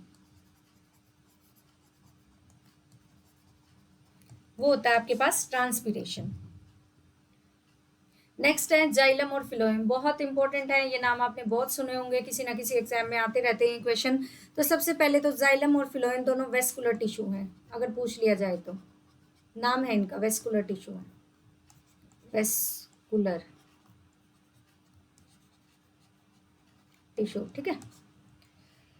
जाइलम का काम क्या होता है, जाइलम का काम होता है आपके पास पानी को और मिनरल्स को ट्रांसपोर्ट करना, कहाँ से, रूट से, जड़ों से लेके अदर पार्ट्स तक, मतलब ये जड़ है नीचे, जड़ से ऊपर तक पानी और वाटर एंड मिनरल,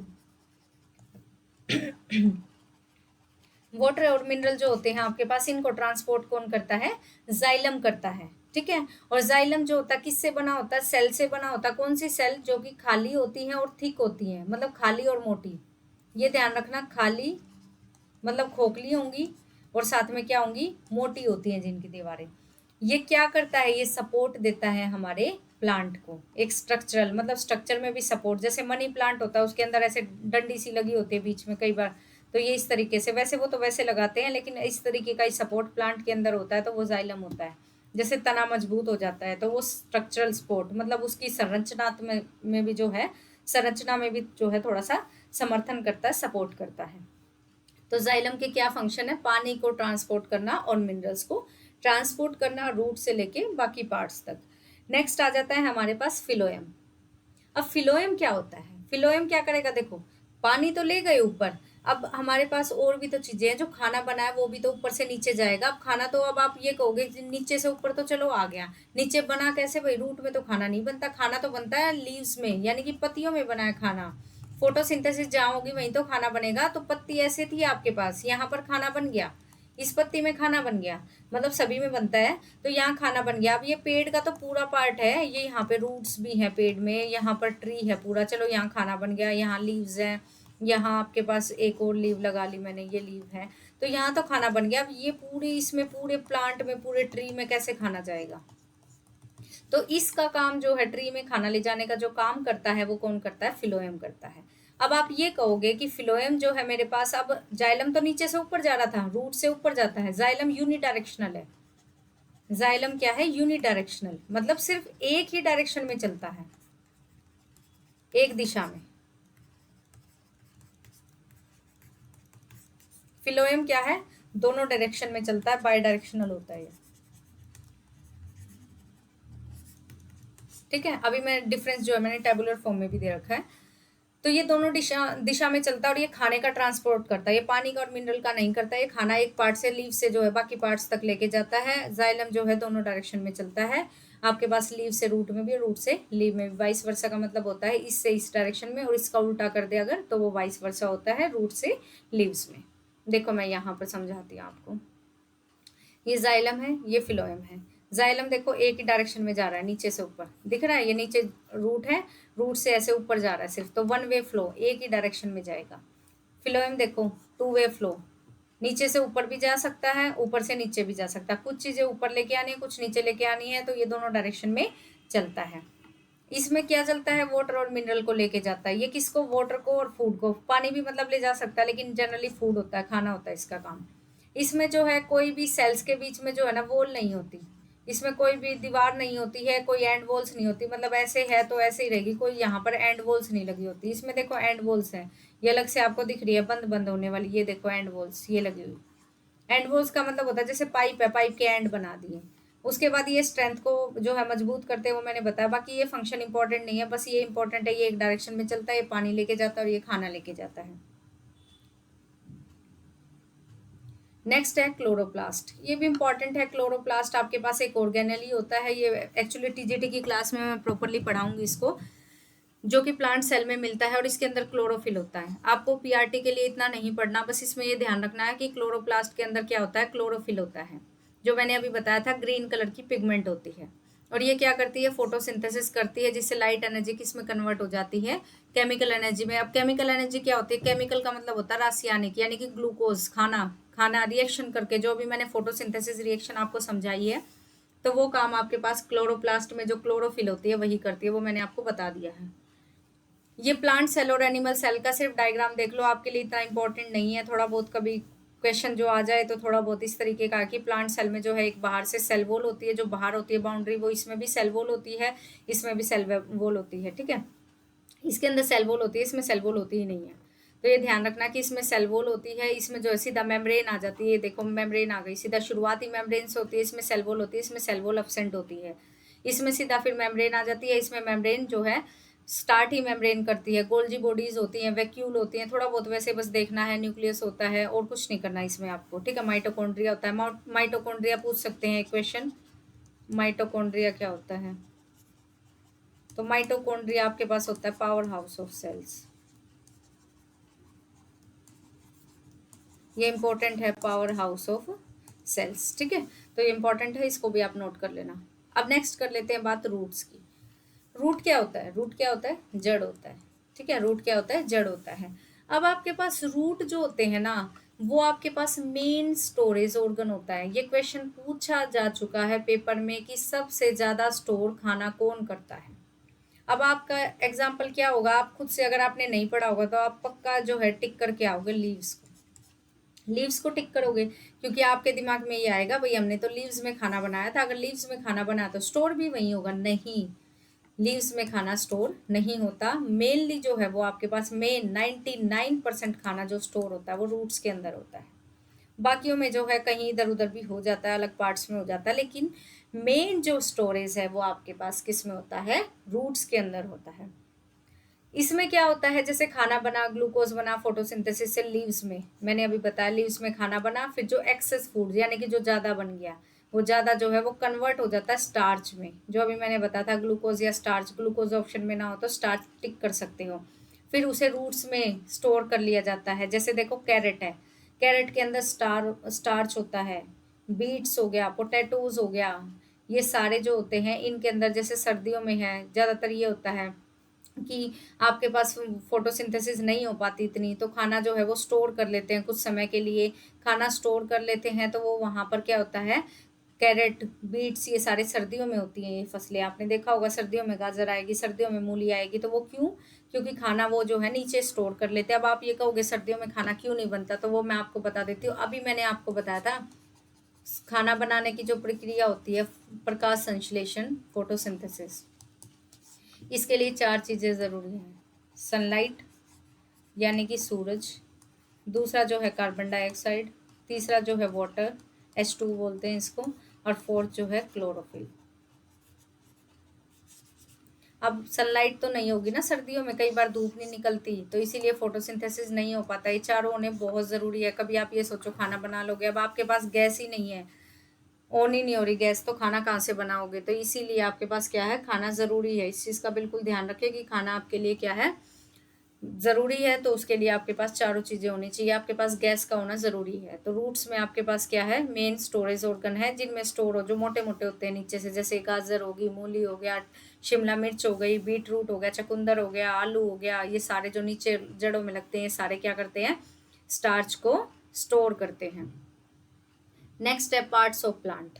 अब जो है पार्ट्स ऑफ प्लांट में देखो क्या है, प्लांट के भी कितने पार्ट होते हैं, मोटा मोटा आपको पता होना चाहिए। तो प्लांट के नीचे जड़ होती है, सबसे पहले वो होती है रूट।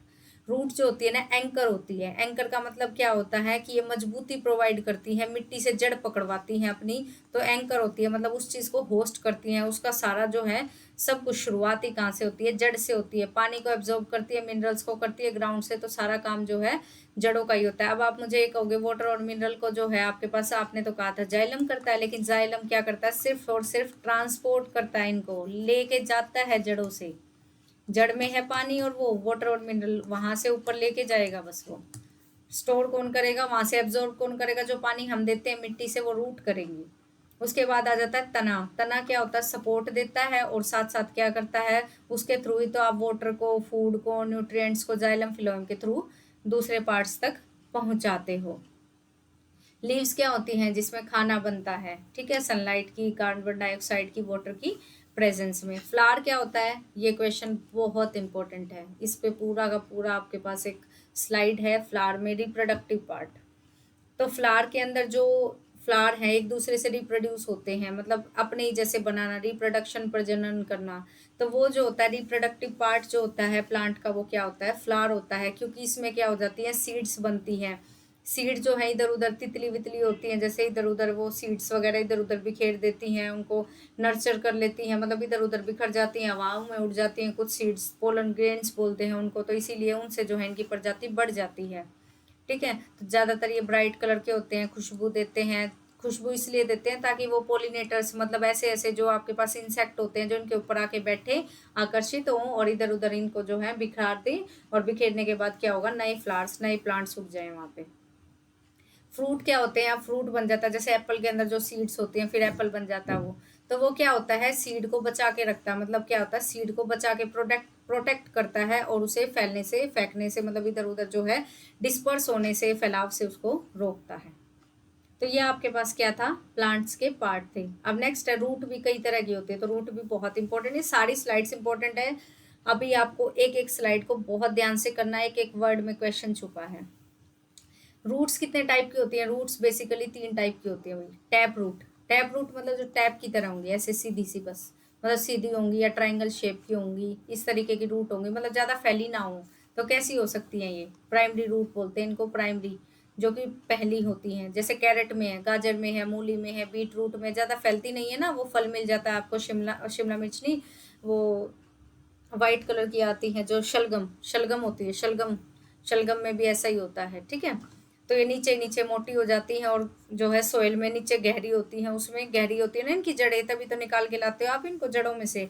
और ये जो है रेडिकल बना लेती है। मतलब रेडिकल का मतलब क्या होता है, पहले तो ये क्या होती है, जड़ होती है और उसके बाद उसी से बीज बना देती हैं। जैसे जड़ थी पहले, उसी से गाजर बन गई और उसी के बाद जो है आगे उन्हीं में नई रूट्स बना लेती है, नई। और भी जैसे एक गाजर में कई गाजरें लगी होती है, कई मूली लगी होती है, एक मूली नहीं होती, और कई कई आलू होते हैं, कई कई। तो ऐसे नीचे नीचे और ज़्यादा ग्रो कर लेती है, तो सेकेंडरी बोलते हैं उसको।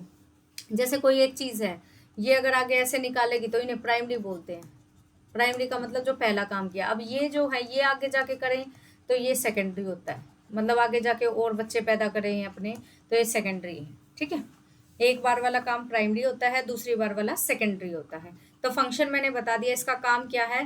काम अपने प्लांट को जो है मजबूती देना है, सोइल में जो है अंदर तक गहराई में होती है और खाने का फूड को स्टोर करती है, ये सेम काम है।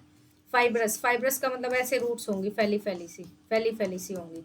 तो फैली फैली पतली पतली रूट होती है, ब्रांच रूट होती हैं, और जो कि जो है बेस होती है हमारे पास तने का, लेकिन ज़्यादा गहराई में नहीं होती है ये, और ज़्यादा दूर तक फैली होती है। जैसे कि गेहूं की आपके पास घास होती है, राइस हो गया, तो ये सब इसमें होता है। और सबसे पहली बात इसमें इंपॉर्टेंट है question, soil erosion. Soil erosion जो है आपको बताऊंगी मैं लास्ट में क्या होता है। सोयल इरोजन को भी ये बचाती है, ठीक है, प्रिवेंट करती हैं, सॉइल इरोजन नहीं होने देती, क्योंकि ज़्यादा फैली रहती हैं तो ऊपर की मिट्टी को हटने नहीं देती, वो सॉइल इरोजन होता है, ऊपर की मिट्टी का हटाना। जैसे क्या होता है, कई बार सूखा पड़ जाता है, जो ऊपर मिट्टी जो होती है ना आपके पास, जिसमें मतलब नमी वगैरह सब कुछ होता है कि ये उपजाऊ हो चुकी है धरती, लेकिन वो कुछ टाइम के बाद वो ऊपर की लेयर हवाओं में उड़ जाती है, तो वो सॉइल इरोजन होता है। और ये एब्जॉर्ब करती है पानी को, न्यूट्रिएंट्स को भी ऊपर लेयर तक ले जाने के लिए एब्जॉर्ब करती है। ये एब्जॉर्ब का काम करेगी, ये स्टोर करने का काम करेगी। नेक्स्ट होती है एनविटिशियस रूट। ये क्या होती हैं आपके पास, ये किसी भी प्लांट के किसी भी पार्ट से उग जाती हैं, जैसे बैम्बू हो गया, रोज हो गया, इन सब में नहीं होती कि कहीं से भी वो निकलाते हैं, ब्रांचेज निकलाती हैं, जैसे गन्ना हो गया। तो इस तरीके की जो होती हैं वो एडवेंटिशियस रूट्स होती हैं। तो ये आपके पास एडवेंटिशियस रूट्स जो होती हैं, ये आपके पास नोट्स वगैरह होते हैं, इसमें इंटरनोट्स होते हैं। अब नोट्स और इंटरनोट्स क्या होते हैं, देखो जैसे ये एक है आपके पास कलम कहते हैं ना, इसमें कलम रोज में, तो ये ऐसे ऐसे यहाँ पे कुछ कुछ होते हैं नहीं, थोड़े थोड़े से, कि यहाँ से एक और निकल के आ सकता है, एक और निकल जाता है, तो ये नोट्स बोलते हैं इनको, गांठ सी। अभी मैं दिखा देती हूँ इनको, ये रहा नेक्स्ट स्लाइड में, देखो ये कौन सी रूट है, फाइब्रस। ये कौन सी रूट है, टैप रूट, नीचे नीचे फैली है, शलगम है। इसमें क्या है, देखो कहीं से भी जो है, ये कहीं से भी निकलाई है, यहाँ से निकलाई है, यहाँ से निकलाई है, यहाँ से निकलाई, जनरली पेट से निकलती है जो, तो ये क्या होगी, एडवेंटिशियस रूट्स होगी। ठीक है, वैसे इसका सबसे अच्छा एग्जाम्पल बैम्बू होता है, बैम्बू हो गया, शुगर केन हो गया, रोजेज में भी यही होता है, कलम देख लेना कभी भी। ठीक है, अब नेक्स्ट बात करते हैं प्लांट कितनी तरह के होते हैं। भाई प्लांट जो है, मैंने शुरू में ही बताया था आपको, प्लांट जो है ना वो 5 तरह के होते हैं। पेड़ हो सकता है, झाड़ियाँ हो सकती हैं, जड़ी बूटी हो सकती है, लताएं हो सकती हैं, बेल हो सकती है। अब आप कहोगे प्लांट तो सारे सेम ही होते हैं, प्लांट से क्या ही फर्क पड़ता है कि कितनी तरह के हैं कितनी तरह के नहीं हैं। तो प्लांट भी आपको पता होना चाहिए, ये बहुत इंपॉर्टेंट क्वेश्चन है, बहुत इंपॉर्टेंट स्लाइड है। जो आपके पास ट्रीज होते हैं ना, पेड़, आप कब किसे बोलोगे, जो लंबे दिखेंगे आपको और साथ में मजबूत दिखेंगे। ठीक है, लंबे और मजबूत जो होंगे वो पेड़ होंगे, ये डेफिनेशन एग्जैक्टली ऐसे की ऐसे आती है डेफिनेशन। और साथ में थिक स्टेम होगा, थिक स्टेम का मतलब मजबूत तना होगा, जैसे नीम का पेड़ हो गया, मजबूत होते हैं कितने, मैंगो, नीम, बनियन यानी कि बरगद का पेड़। शब्स होती हैं झाड़ियाँ, झाड़ियाँ क्या होती हैं, जैसे रोज हो गया, हिबिस्कस हो गया, मतलब थोड़े थोड़े फैले फैले से, ज़्यादा मजबूत भी ना हो, ज़्यादा कमज़ोर भी ना हो, मीडियम साइज के होते हैं। वुडी लकड़ी जैसी सी इनकी स्टम होती है, स्टेम होती है। और दूसरा जो है बशी होते हैं, बशी का मतलब होता है ज़्यादातर छायादार होते हैं ये पेड़। ठीक है, झाड़ीदार या फिर छायादार सेम ही बात होती है। हर्ब्स जो है, हर्ब्स का मतलब जड़ी बूटी, जैसे जड़ी बूटी के तौर पे, खाने के तौर पे यूज़ किया जाए या फिर दवाइयों में यूज़ किया जाए, जैसे धनिया, पुदीना, इस तरीके से। ठीक है, कुकिंग में या मेडिसिन में यूज़ करते हैं। ये सॉफ्ट होते हैं बहुत ज़्यादा, और स्मॉल प्लांट होते हैं छोटे छोटे। क्लीम्बर्स क्या होती हैं, बेल होती हैं जो कि ऊपर की तरफ चलती है, जैसे मनी प्लांट है, ग्रेप वाइन है, अंगूर की बेल है, जो बेल होती हैं जो कि आपके पास बेल की तरह, इस तरीके से बेल की तरह चलती हैं। क्रीपर्स क्या होती हैं, ग्राउंड पे चलती हैं, जो ये बेल तो जो है ऊपर की तरफ चलती हैं सीधी, मतलब जहां भी आप दे दोगे डायरेक्शन उसी में चलेंगी। और क्रीपर्स क्या होती हैं, जो ग्राउंड में चलती है, जैसे कि कद्दू की बेल हो गई, तरबूज की बेल हो गई, ये ऐसे चलती हैं हॉरिजॉन्टली। हॉरिजॉन्टली मतलब एक लाइन में ऐसे नीचे नीचे चलेंगी, ये थोड़ा अपवर्ड चलती हैं, अपवर्ड मतलब ऊपर की तरफ। तो ये है प्लांट्स के टाइप, ये एज इट इज डेफिनेशन आती है। नेक्स्ट है, अब मैंने आपको बताया था कि एनिमल ना हो तो हमारा बैलेंस हिल जाएगा। अब प्लांट ना हो तो क्या होगा, प्लांट नहीं होंगे तो देखो, एक तो ऑक्सीजन का प्रोडक्शन है वो रुक जाएगा। आपको पता है, मैंने अभी बताया था कि प्लांट अपना खाना किससे बनाते हैं, फोटोसिंथेसिस से। अब वो खाना अपना फोटोसिंथेसिस से बनाते हैं, उसमें क्या करते हैं, वो ऑक्सीजन रिलीज, और वो ऑक्सीजन हम क्या करते हैं, इनटेक, मतलब हम उस ऑक्सीजन को क्या करते हैं, लेते हैं। अब अगर हमें जो है प्लांट ही ना हो तो हम ऑक्सीजन कहाँ से लेंगे, तो हमारे पास हमारे ह्यूमंस के लिए या फिर एनिमल जानवर होते हैं वो भी ऑक्सीजन लेते हैं, तो हम सांस नहीं ले पाएंगे, इसीलिए ये बहुत ज़रूरी है। दूसरा, खाने का सोर्स। आपको पता है, जो एनिमल्स हर्बीवोरस होते हैं, जो घास खाने वाले होते हैं, या फिर ह्यूमंस जो कि हम जैसे दाल वगैरह ये सब खाते हैं, जो कि हमारे पास दाल, चने, आलू सब कुछ हम खाते हैं, कहाँ से खाते हैं, प्लांट से खाते हैं। क्लाइमेट बैलेंस मतलब क्या है, आपके पास प्लांट जो है, आपको पता है कि कार्बन डाइऑक्साइड लेता है, ऑक्सीजन छोड़ता है। अगर कार्बन डाइऑक्साइड ये ना ले तो कार्बन डाइऑक्साइड का लेवल बढ़ जाए तो लेवल इंक्रीज हो जाएगा। तो लेवल इंक्रीज हो जाएगा तो आपके पास क्या होगा, टेम्परेचर धरती का क्या होगा, बढ़ जाएगा। धरती का टेम्परेचर बढ़ गया तो क्या हो जाएगा, ग्लोबल वार्मिंग हो जाएगी। तो ये ग्लोबल वार्मिंग को भी जो है आपके पास कम करता है और साथ साथ क्या करता है, टेम्परेचर को रेगुलेट करता है, टेम्परेचर मेंटेन रखता है आपके पास। ठीक है, टेम्परेचर रेगुलेट करता है, ग्लोबल वार्मिंग को क्या करता है, कम करता है। नेक्स्ट है हैबिटेट फॉर एनिमल्स। एनिमल्स के रहने के लिए हैबिटेट। हैबिटेट मतलब रहने के लिए आपको पता है कि एनिमल है कुछ पेड़ों पे ही अपना घोंसले बना लेते हैं, जैसे छोटी मोटी ये चिड़िया वगैरह होती हैं या मंकी वंकी होते हैं, वो पेड़ों पे ही रहते हैं। ये कहाँ रहेंगे, क्या जमीन पे सारे? अगर पेड़ ही नहीं होंगे तो इंसानों को ये खा जाएंगे, कोई किसी को खा जाएगा, गड़बड़ी हो जाएगी, सारा इकोसिस्टम हिल जाएगा। इसीलिए इनकी क्या है, जरूरत है। अब नेक्स्ट आ जाओ, मोस्ट इम्पोर्टेंट। ये क्वेश्चन भी मुझे लगता है आपने कभी ना देखा हो। पार्ट्स ऑफ फ्लावर, यहाँ से भी बहुत इंपॉर्टेंट है ये, और ये क्वेश्चन अक्सर एग्जाम में देखने को मिलता है। सबसे पहले है कि प्लांट फ्लावर में क्या क्या होता है। तो पेटल्स होती हैं, सेपल्स होती हैं, स्टेमन होती हैं, पिस्टिल होती है। 4 पार्ट होते हैं। क्या क्या होते हैं, पेटल्स। अब पेटल्स क्या होती हैं, पेटल आपने सुना होगा, रोज पेटल्स लेके आ रहे हैं हम। रोज पेटल्स यानी कि पंखुड़ियाँ, यानी कि जो फ्लावर होता है उसका ऊपर वाला पार्ट। ठीक है, ये फ्लावर होता है तो फ्लावर ऐसा जो ऊपर वाला पार्ट होता है इस तरीके का, जो खिला हुआ पार्ट होता है वो पेटल्स होता है। कलरफुल होता है, जो कि पोलिनेटर्स को, बीज वगैरह को, मक्खियों वगैरह को, बटरफ्लाइज को अपनी तरफ अट्रैक्ट करता है, और उससे क्या होता है फिर वो सीड्स को, बीजों को इधर उधर बिखेर देता है। कलरफुल होता है जनरली, ये फ्लावर्स जनरली कलरफुल होते हैं। सेपल्स क्या होता है, सेपल ग्रीन होता है और पत्तियों जैसा सा होता है। ये आपके पास क्या, पत्तियों जैसा क्या, पत्तियां पत्तियां ही होती हैं, ये जो पत्तियां होती है वो सेपल्स बोलते हैं। उसके बाद जो है प्रोटेक्ट करता है फ्लावर को जो है, और बिफोर इट ब्लूम्स मतलब क्या है, आपके पास फ्लावर जैसे, आपके पास फ्लावर खिलने से पहले ऐसे नहीं रहता, उसमें कली सी में थोड़ा, उसके बाद खिलता है। तो ऐसे जो प्रोटेक्ट करता है, इसको बचाता है, तो वो काम सेपल्स का होता है। अभी दिखाऊंगी सेपल क्या होती है। जैसे ये पेड़ है, वो फ्लावर है, इसके नीचे जो ग्रीन कलर की इस तरीके से लगी होती है, ऐसी ऐसी, ये सेपल्स होती हैं। ठीक है, उसके बाद यहाँ पर ये पेड़ में से आता है इस तरीके से, ब्रांचेस से। तो ये ग्रीन कलर से जिससे कवर होता है वो सेपल बोलते हैं उसको। स्टेमन क्या होता है, स्टेमन मेल, स्टेमन को सीमन से याद रख लो। जैसे मेल के अंदर सीमन होता है ना, स्पर्म होता है, सीमन होता है, तो वो स्टेमन होता है, मेल पार्ट, मेल पार्ट है। और इसके अंदर से 2 ही चीज़ होते हैं, क्योंकि आदमियों के हिस्सों में तो कम ही चीज़ आती है।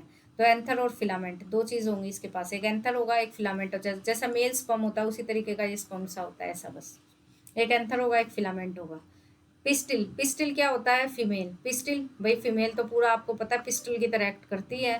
फीमेल तो आपके पास हर आदमी के ऊपर वो कहते हैं ना, पूरा रोब जमाती है। तो औरत की तो हमेशा से चलती आई है, तो पिस्टिल का काम करेगी, पूरा पिस्टोल का। तो पिस्टिल जो होती है वो फीमेल पार्ट होता है। ठीक है, ताकतवर होती है फीमेल। अब फीमेल जो है हमेशा ज़्यादा चीज़ें लेती है, तो देखो इसके अंदर 3 चीज़ें होती हैं, स्टिग्मा, स्टाइल, ओवरी। ठीक है, ये क्या करती है, पोलन को, जो वो आपके पास मेल पार्ट होता है पोलन, वहां से जो है वो रिसीव करती है, और उसके बाद जर्मिनेशन मतलब वहां पर जो है सीड फॉर्मेशन, जैसे कि एक औरत के अंदर बच्चा पलता है, वैसे ही यहाँ पर अपना सीड का फॉर्मेशन होकर नया फ्लावर तैयार होता है। तो ये देखो नेक्स्ट पेज पे ये रहा, ये अभी मैंने बताया था पेटल होती हैं, ये मैंने ग्रीन ग्रीन बताया सेपल होती हैं। उसके बाद ये जो होता है आपके पास ये लीफ होती है यहाँ पर, और ये स्टेम होता है, स्टेम के अंदर जाइलम फिलोएम होते हैं, इनको कोई मतलब नहीं है, पहले समझा चुकी हूँ। अब ये देखो, ये है जो है ये वाला पार्ट, ये पूरा ये तो है फीमेल वाला पार्ट, फीमेल। और इसके चारों तरफ ये मेल वाले पार्ट हैं, स्पर्म की तरह, जैसे मेल में है, लेकिन यहाँ पर इनको स्पर्म नहीं बोलते, इनको बोलते हैं स्टेमन। तो स्टेमन में भी 2 पार्ट होते हैं, ऊपर वाला पार्ट होता है एंथर, और इसको बोलते हैं लंबी सी डंडे को फिलामेंट। जैसे बल्ब होता है, बल्ब के अंदर फिलामेंट लगा होता है ना टंगस्टन का, कभी बल्ब को देखना, उसके अंदर टंगस्टन का फिलामेंट होता है लंबा लंबा सा, तो उसी की तरह है सेम। उसके बाद फीमेल है, फीमेल के अंदर देखो ये जो होते हैं आपके पास, ये ओवरी होती हैं। ठीक है, और ये बड़ा सा जो ये ओवरी हो गई, ये बहुत सारी। अब ये जो होता है यहाँ पर, ये ओव्यूल होता है, ये ओव्यूल होता है। ओव्यूल में जो है ओवरीज होती हैं बहुत सारी, और उसके बाद ऊपर जो होता है स्टिग्मा होता है, स्टाइल होता है, और जो है आपके पास पोलन ग्रेन्स होती है। पोलन ट्यूब है, ये पूरी की पूरी ट्यूब है, यहाँ पर जो है इसमें दाने से होंगे, यहाँ पे ये दाने से होंगे, इधर उधर ये दाने जो हैं आपके पास, यहाँ पर इधर उधर आपके पास क्या है, जो है कुछ गिर भी जाते हैं, कोई जो है क्रॉस पोलिनेशन होता है, दूसरा सेल्फ पोलिनेशन होता है, मतलब एक ही फ्लावर में जो है गिर जाए वो बीज, तो वो सेल्फ पोलिनेशन हो जाता है। और उसके बाद क्रॉस पोलिनेशन होता है कि ये आपके पास दूसरे किसी प्लांट पे, जैसे कोई तितली वितली है वो लेके चली गई दूसरे प्लांट पे, तो वो क्रॉस पोलिनेशन हो जाता है। तो इतना आपके पास पेपर में नहीं पूछा जाएगा, मेनली बस आपको पार्ट का पता होना चाहिए, सिग्मा, स्टाइल और आपके पास ओवरीज होती हैं इसके अंदर, ठीक है। पोलन ट्यूब बोल सकते हो या फिर आपके पास पोलन ग्रेन्स होती हैं, ठीक है। तो सिग्मा, स्टाइल और आपके पास क्या है, ओवरी है मेन। और ये पोलन ट्यूब है ये, तो जिसके अंदर ये फर्टिलाइजेशन का प्रोसेस होता है, ये सारा पिस्टिल के अंदर आता है। मेल के ऊपर क्या होता है, सिर्फ एंथर और फिलामेंट, ठीक है। नाम पता होना चाहिए आपको। तो समरी अगर मैं बात करूं, प्लांट्स जो है हमारे इकोसिस्टम के लिए बहुत ज़रूरी है। हमें ऑक्सीडेशन, वो ऑक्सीजन देते हैं, फूड देते हैं, हैबिटेट है और हेल्प करते हैं क्लाइमेट को रेगुलेट करने के लिए। फ्लावर जो रिप्रोडक्टिव पार्ट है और बहुत इंपॉर्टेंट है प्लांट लाइफ साइकिल में, उनकी लाइफ साइकिल्स के लिए भी, क्योंकि आपको पता है अगर फ्लावर नहीं होगा तो रिप्रोडक्टिव पार्ट नहीं होगा, इधर से उधर बीज नहीं गिरेंगे तो नए प्लांट नहीं बनेंगे, ठीक है, सीड्स ही नहीं बन पाएंगे। अब ये आपको क्या लग रहा है, कौन सा चैप्टर है? तो यहाँ तक हमारे 4 चैप्टर हो चुके हैं। थोड़ी थोड़ी मेरी एनर्जी डाउन हो चुकी है, थोड़ी थोड़ी लिटिल बिट, ठीक है। एक बार मैं इतने पानी पी लेती हूँ, 1 मिनट, उसके बाद मैं ये वाला चैप्टर शुरू करवाती हूँ।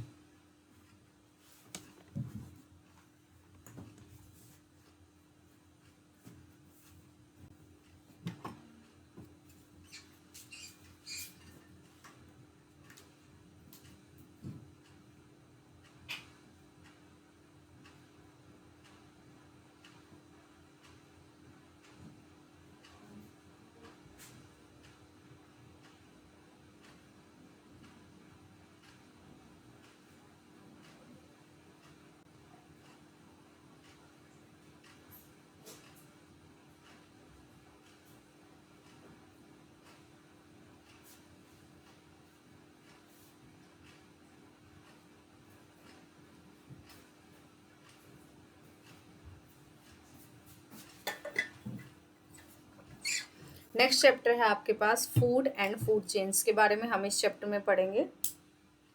तो स्टार्ट करते हैं सबसे पहले फूड के बारे में। ये भी बहुत इंपॉर्टेंट चैप्टर है, यहाँ से भी क्वेश्चन बहुत बनता है। तो सबसे पहले फूड का हमें पता होना चाहिए क्या होता है। तो फूड कोई भी सब्सटेंस है जो कि लिविंग ऑर्गेनिजम्स लेते हैं, मतलब एनर्जी के लिए, ग्रोथ के लिए, मेंटेन करने के लिए, अपने आप को, ओवरऑल हेल्थ के लिए जो चीज़ ली जाती है वो हमारा क्या होता है, फूड होता है।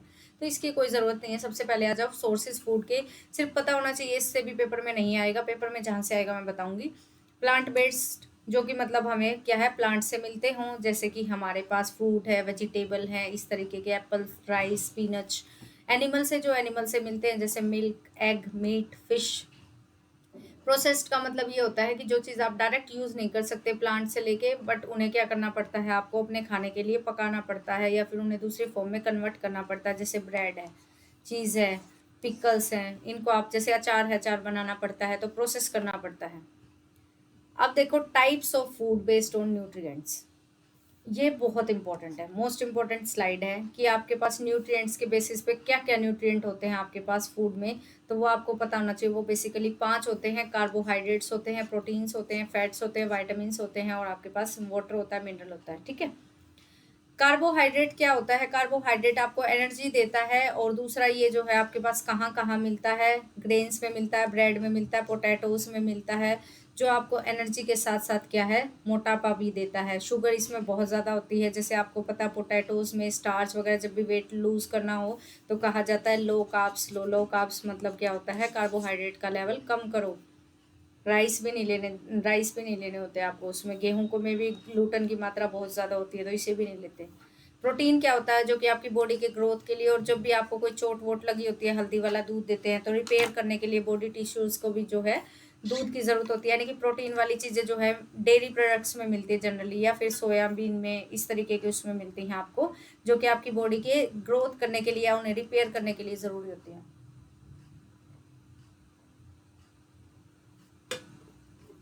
नेक्स्ट है फैट्स।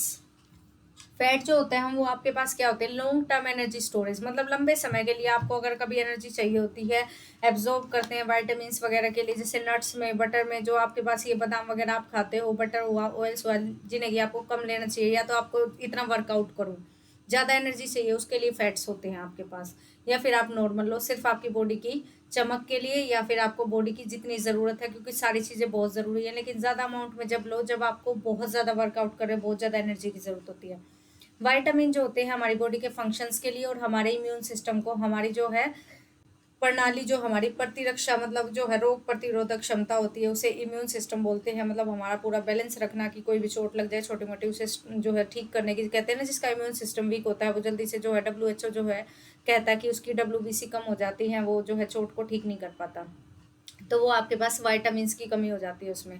दूसरा जो है अलग अलग वाइटामिन जो है अलग अलग फ्रूट्स में होती है। जैसे विटामिन सी जो है सिट्रस फ्रूट्स में होते हैं। सिट्रस मतलब जो खट्टे फ्रूट होते हैं, जैसे ऑरेंज हो गया आपके पास, लेमन हो गया। विटामिन डी जो है वो मिल्क में हो गई। इस तरीके से मिनरल्स जो होते हैं वो हमारे पास क्या होते हैं, ग्रोथ भी, बोन हेल्थ भी और फ्लूइड का बैलेंस, लिक्विड्स का बैलेंस भी, जैसे कैल्शियम, आयरन, पोटेशियम, ये सब हमारी बॉडी में मेंटेन करके रखते हैं मिनरल्स। जैसे कैल्शियम होता है मिल्क के अंदर, आयरन जो होता है वो स्पिनच में होता है, पालक के अंदर आयरन होता है। पानी जो है वो तो सिर्फ हाइड्रेशन के लिए, मतलब अपने आप को हाइड्रेट रखना, अच्छे से डाइजेशन हो जाए हमारी बॉडी फंक्शन प्रॉपरली करे, इसलिए ज़रूरी होता है बस। अब ये देखो, ये इंपॉर्टेंट चार्ट है, ये चार्ट मैंने आपको दिखाया है, ये बहुत इंपॉर्टेंट है विटामिन का। तो थोड़ा सा इसके लिए बस एक तो ये ध्यान रखो कि विटामिन आपके पास जो है ना A B C D E और K होती है। विटामिन कौन कौन सी होती है, A B C D E और K होती है। इसमें BC छोड़ दो, ठीक है, BC को छोड़ के बाकी ये जितनी भी होती है ना, ये सारी क्या होती हैं आपके पास, फैट सोल्यूबल होती है, मतलब फैट में घुलेंगी ये।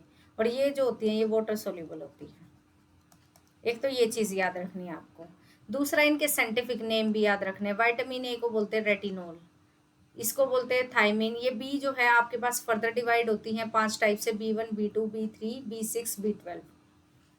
थायमिन B1 का नाम होता है, B2 का राइबोफ्लेविन होता है, B3 का होता है नाइसिन, B6 का होता है पायरोडोक्सिन और B12 का होता है कोबेलेमिन और C का होता है स्कॉर्बिक एसिड। विटामिन C जो होती है वो स्कॉर्बिक एसिड में होती है। विटामिन डी जो होती है आपके पास, इसका कैल्सीफेरॉल बोल सकते हो या फिर आप बोल सकते हो एर्गो या फिर क्लोरो। उसके बाद विटामिन ई जो होता है टोकोफेरोल होता है। विटामिन के जो होती है आपके पास मीनाकिनोन होता है। तो ये आपके पास अलग अलग होते हैं इनके नेम, थोड़ा सा मोटा मोटा ध्यान रख लेना कि कभी क्वेश्चन आ जाए तो। लेकिन ये क्वेश्चन ज़रूर आता है कि इसकी डेफिशिएंसी से क्या होगा, तो ये ध्यान रखना है आपको। विटामिन ए की वजह से नाइट ब्लाइंडनेस हो जाती है, ठीक है, दिखना बंद हो जाता है। बी की वजह से, B1 की वजह से बेरी बेरी हो जाती है, मेनली बी पूछी जाती है तो बेरी बेरी ही याद रखना। सी की वजह से स्कर्वी हो जाती है, ये नहीं पूछी जाती इतनी पेपर में, ठीक है। विटामिन सी से स्कर्वी, आपको ये करने की इतनी जरूरत नहीं है, बस बी को याद कर लो, इतना ये रहने दो, ठीक है। अब ये सिर्फ अगर आपको पढ़ना हो तो आप पढ़ सकते हो, हायर क्लासेस में ज़रूरी है, TGT के लिए यहाँ इतना ज़रूरी नहीं है, PRT पे। डी से जो है आपके पास क्या हो जाती है, रिकेट्स हो जाती है। ई से जो है वो क्या हो जाती है, न्यूरोमस्कुलर डिसऑर्डर हो जाते हैं, मतलब आपके पास जो दिमाग संबंधी बीमारी होती है वो हो जाती है। विटामिन के से जो है आपके पास हेमोरोहेजिक डिसीज, जो मतलब रक्त वगैरह से रिलेटेड होती है वो होती है। एक थोड़ा सा सोर्स याद रख लेना किससे क्या होता है। जैसे विटामिन ए जो है कहाँ से क्या मिलती है, कैरेट वगैरह से मिलती है, स्पिनच से मिलती है, हरी पत्ती वगैरह से। बी जो है होल ग्रेन से मिलते हैं, मतलब दाल वगैरह जो होती है उनसे विटामिन बी मिलती है। सी जो है हमेशा सिट्रस फ्रूट, C4C। डी जो है हमारे पास विटामिन डी सनलाइट से, तो सबको याद होगा, या फिर फिश वगैरह से मिल जाता है, मिल्क से मिल जाता है। विटामिन ई जो है नट्स, सीड्स या फिर ग्रीन लीफी वेजिटेबल से हो जाता है। विटामिन के जो है ब्रोकली वगैरह से मिल जाता है। इस तरीके से थोड़ा सा मोटा मोटा आपको आइडिया सा होना चाहिए कि 1 नंबर का क्वेश्चन आए तो छूटे ना। अब आ जाओ फूड चेन पे, जो मैंने आपको बोला था कि फूड चेन आएगी और फूड चेन में समझाऊंगी। फूड चेन बहुत इंपॉर्टेंट है। फूड चेन क्या होती है, देखो जैसे घास है, घास को कोई भी चीज़ खा रही है, जैसे छोटी मोटी चीज़ है, घास को कौन खा रहा है, घास को आपके पास छोटे मोटे जी जिनावर हैं वो खा रहे हैं, ग्रास होपर खा रही है, ये टिड्डियाँ वगैरह होती हैं जो छोटे छोटे इंसेक्ट्स होते हैं वो खा रहे हैं, हिरन खा रहा है, या फिर और भी छोटे छोटे जो भी आप लगा सकते हो वो खा रहे हैं, मतलब कुछ भी कोई ना कोई इसको खा रहा है, मतलब घास को। फिर क्या कर रहा है, ये जितने भी छोटे छोटे इंसेक्ट्स, इनको बड़े बड़े इंसेक्ट खा रहे हैं, मतलब बड़े बड़े कोई बर्ड्स खा जा रहा है इनको, कोई स्पैरो खा रहा है, कोई मतलब जो है क्रो खा रहा है, पिजन खा रहा है, कोई किसी को खा रहा है, कोई किसी को खा रहा है, ऐसे खा रहे हैं इसको। फिर इससे बड़ा भी तो कोई बैठा होगा, जैसे इनको डोगी खा जाता है, तो ऐसे बड़ी बड़ी चीज़ें हैं, मतलब इनको इससे खतरा होता है, ठीक है। फिर उसके बाद जो है यहाँ पर आपको पता है कि छोटे छोटे जैसे पीकॉक भी होता है वो भी खा लेता है इनको, छोटे छोटे जी जिनावर को, स्नेक को खा लेता है। उसके बाद जो है आपके पास यहाँ पर ह्यूमंस आ जाते हैं, जैसे गोट वोट हो गया, ये सब इनको खा लेते हैं। लेकिन मतलब इस तरीके से जो भी हैं वो तो खैर वैसे होते हैं आपके पास, जो है गोट वगैरह तो हर्बीवोरस होती है, वो घास को खाती है, यहीं आएगी। तो इस तरीके से जो है आपके पास कुछ इनको खा लेते हैं, कुछ इनको खा लेते हैं। फिर उसके बाद यहाँ पर इंसान वगैरह आ गए, इंसान के ऊपर भी शेर बैठा है, शेर खा लेगा, वल्चर खा लेगा, कुछ इस तरीके से मतलब खा सकते हैं ये। तो ये क्या है, इसको ये खा रहा है, इसको ये खा रहा है, इसको ये खा रहा है, इसको ये खा रहा है, ये होती है फूड चेन। मतलब क्या होता है, अब जैसे इसमें जो एनर्जी थी वो एनर्जी इसमें चली जाएगी, लेकिन उसका सिर्फ 10% जाती है, ये ध्यान रखना। जितनी एनर्जी होती है उसका 10% दूसरे में जाता है। तो मतलब एक सीक्वेंस है, एक श्रृंखला बना दी गई है, जिसमें एक इंसान या फिर एक जो है आपके पास कोई भी जीव है, वो एक जीव दूसरे जीव को खा रहा है और उसकी एनर्जी दूसरे में जा रही है, उसको बोलते हैं हम फूड चेन। ठीक है। अब फूड चेन के अंदर सबसे पहले तो घास है। अब घास जो है, घास ने किसी को खाया तो नहीं, घास तो खुद उगी है। तो इसका मतलब इसने अपना खाना खुद बनाया, इसने अपना खाना बनाया और इसने साथ साथ दूसरों का भी खाना बना दिया, क्योंकि इसको कोई कोई खा रहा है। तो प्रोड्यूसर हो गई ये। सबसे पहला क्या होता है, प्रोड्यूसर होता है, यानी कि उत्पादक हो गया। उत्पादक मतलब इसने क्या किया, इसने खाना बना दिया। तो इसने खाना बना दिया, फूड को बनाया, और किससे बनाया, फोटोसिंथेसिस से बनाया, मैंने अभी बताया था आपको। इसके बाद क्या हो गया, ये फूड चेन की फाउंडेशन हो गई, मतलब उसको इसने फाउंड कर दिया, फूड चेन इसी ने शुरू की है। तो फाउंडेशन अगर आपसे पूछ ले कौन है फूड चेन का, तो वो प्रोड्यूसर होता है। प्रोड्यूसर कौन है, घास है। ठीक है। जिसने क्या किया है, इनडायरेक्टली सभी को एनर्जी यही दे रहा है। अब इसको खाने वाला कौन होगा, सबसे पहले जो खाएगा इसको, वो प्राइमरी कंज्यूमर। कंज्यूमर का मतलब होता है उपभोक्ता, मतलब खाने वाला। तो अब प्राइमरी, सबसे पहले जो चीज़ खाएगा वो प्राइमरी। तो सबसे पहले खाएंगे जो हर्बीवोरस होंगे, जो मतलब घास को खाते होंगे, वो डायरेक्टली घास पे फीड करेंगे और घास को खा लेंगे। जैसे काऊ होगी, बफेलो हो गया, ये सारे किसको खा लेंगे, आपके पास हर्बीवोरस होते हैं, इनको खा लेंगे। तो ये आपके पास क्या हो गए, सेकंड लेवल पे आएंगे। ये फाउंडेशन था, सबसे पहले लेवल पे आया फूड चेन के, उसके बाद सेकंड लेवल पे जो आया वो क्या है, प्राइमरी कंज्यूमर है। अब इनके अंदर आ गई प्लांट्स की एनर्जी। अब क्या है, इनको खाने वाले भी तो बैठे हैं, इनको जो खाएंगे वो कौन है, सेकेंडरी कंज्यूमर, क्योंकि इनको खाएंगे वो, तो वो सेकेंडरी बन गए। वो कार्निवोरस होते हैं, क्योंकि अब वो इंसान है, जानवर है, जानवर को खा रहे हैं, तो वो क्या हो गए, मीट वाले हो गए, यानी कि कार्निवोरस हो गए, मीट वाले हो गए। या फिर ओमनिवोरस होंगे, जो दोनों को खाते होंगे, प्लांट को भी और एनिमल को भी, तो वो इनको खा लेंगे। उसके बाद इनके ऊपर भी कोई बैठा होगा, वो हो गया टर्शरी कंज्यूमर। तो टर्शरी कंज्यूमर टॉप हो जाते हैं, उनके ऊपर कोई नहीं बैठा होता, ज़्यादातर वो खा के ख़त्म कर देते हैं किस्सा। जैसे शेर वेर हैं, वल्चर हैं, ऊपर जो आपके पास ये होते हैं, बाज हो गया, ईगल हो गया, वल्चर नहीं, ईगल ईगल आता है, ईगल, बाज। ठीक है। तो वो आपके पास जो है खा लिया उन्होंने, कितने बड़े बड़े होते हैं वो, शेर हो गया, टाइगर हो गया। इनको कौन खाता है, इनको खाने वाले तो कोई बैठे ही नहीं है। तो इनको खाने वाला कोई नहीं बैठा होता। यहाँ पे फूड चेन जो है एक तरीके से वो हो जाती है कि वो मर जाते हैं, मरने के बाद उन्हें डीकम्पोजर खा लेते हैं छोटे से, फिर जो है मिट्टी में मिल जाता है, तो क्या आते हैं, डीकम्पोजर। डीकम्पोजर क्या होते हैं, जो कि मरे हुए जो है उनको, प्लांट हो या एनिमल हो, कुछ भी हो, उनको तोड़ते हैं और उनको खा जाते हैं। जैसे जो सड़ना गलना काम होता है वो डीकम्पोजर का होता है, फिर जो है मिट्टी में मिल जाते हैं, फिर से वो न्यूट्रिएंट मिट्टी में आ गए। तो ऐसे साइकिल ऐसे बनी रह जाती है, मतलब इसने इसको खाया, इसने इसको खाया, इसने इसको खाया, फिर ये मर गया, मरने के बाद फिर से डीकम्पोजर ने ख़त्म करके यहाँ मिट्टी मिला दी, तो मिट्टी से ये बना था ग्रास, मिट्टी में ही आके मिल गया। तो एक पूरा चक्कर चलना, इसे क्या बोलते हो, फूड चेन। इसका एग्जाम्पल मैं आपको दिखाती हूँ, देखो ग्रास है, ठीक है, बनाई ग्रास, ये रही ग्रास, को किसने खाया, ग्रास ऊपर ने। ठीक है, ग्रास सूर्य के प्रेजेंस में बनती है ना फोटोसिंथेसिस से। फिर इसको किसने खाया, रैट ने खाया, यहाँ मेंढक लिखा हुआ है, इसको रैट कर लेना। उसके बाद इसको किसने खाया, स्नेक ने खाया। उसके बाद स्नेक को किसने खा लिया, आपके पास स्नेक को, आपके पास ये गिद्ध था, ईगल था, इसने खा लिया। ठीक है, वल्चर बोल सकते हो, डिकम्पोजर बोल सकते हो। ठीक है, तो ये खा गया, इसको मर गया, उसके बाद खत्म हो गया, डिकम्पोजर ने खत्म कर दिया इसको। उसके बाद फूड चेन। यहाँ ईगल होता तो ईगल भी मरने के बाद खत्म होता है। ईगल तो बड़े बड़े जानवरों को खा जाता है, लेकिन एक छोटी सी फूड चेन का एग्जाम्पल समझाया मैंने। मतलब कुल मिला के बात ये है, जिसको जो खा गया, खाने के बाद वापस मिट्टी में मिल गया, पूरा एक चक्कर है। नेक्स्ट है फूड वेब। अब वेब में और चेन में फ़र्क होता है। वेब में क्या होता है, वेब में ना आपके पास कोई डिसाइड नहीं है कि जैसे घास है, अब घास को ज़रूरी है कि यही खाएगा, ग्रास ऊपर। ग्रास ऊपर वैसे जो होती है ना, इसको कीट बोल सकते हो आप, या फिर आपके देसी भाषा में मैं आपको बताऊँ तो ये टिड्डी होती है। ठीक है, अब घास को देखो, घास को तो आपके पास और भी कोई खा सकता है। जैसे घास को और कौन खाता है, घास को आपके पास काऊ खाती है, बफेलो खाती है। तो ऐसे ये इस तरीके से ऐसे चेन जो है, मतलब एक चीज़ को कोई एक ही थोड़ी खाएगा। इस ग्रास ऊपर को जरूरी है रैट खाएगा, यहाँ पे फ्रॉग भी हो सकता है, फ्रॉग खा लेगा या और कोई खा लेगा। तो इस तरीके से मतलब इतने जो मीडियम है कि कोई किसी को भी खा सकता है, वो फूड वेब होती है। मतलब कई तरह की फूड चेन्स का मिक्सचर। तो मैं आपको सिंपल भाषा में समझाऊँ तो एक कॉम्प्लेक्स हो गया और इंटरकनेक्टेड फूड चेन, मतलब आपस में जुड़ी हुई फूड चेन कि इसको ये भी खा ले, ये भी खा ले, ये भी खा ले, कोई भी खा सकता है, इसके पास ऑप्शन है। तो लिंक होती हैं वो, कोई किसी को भी खा सकता है। प्रोड्यूसर मैंने आपको बता दिया फूड चेन का बेस होता है। प्राइमरी जो है पहले खाते हैं जो हर्बीवोरस होते हैं, सेकेंडरी जो है इनको खा लेते हैं तो वो कार्निवोरस बन जाते हैं, ओमनिवोरस। टर्शरी जो हम ओमनिवोरस होते हैं, मतलब हम मीट मांस भी खाते हैं, कुछ लोग हम नहीं खाते भाई, और कुछ जो है वो जो है वेजिटेरियन होते हैं, तो वो सीधा जो है हर्बीवोरस हो जाते हैं, वेजिटेरियन हो जाते हैं। हर्बीवोरस सिर्फ घास खाने वाले होते हैं।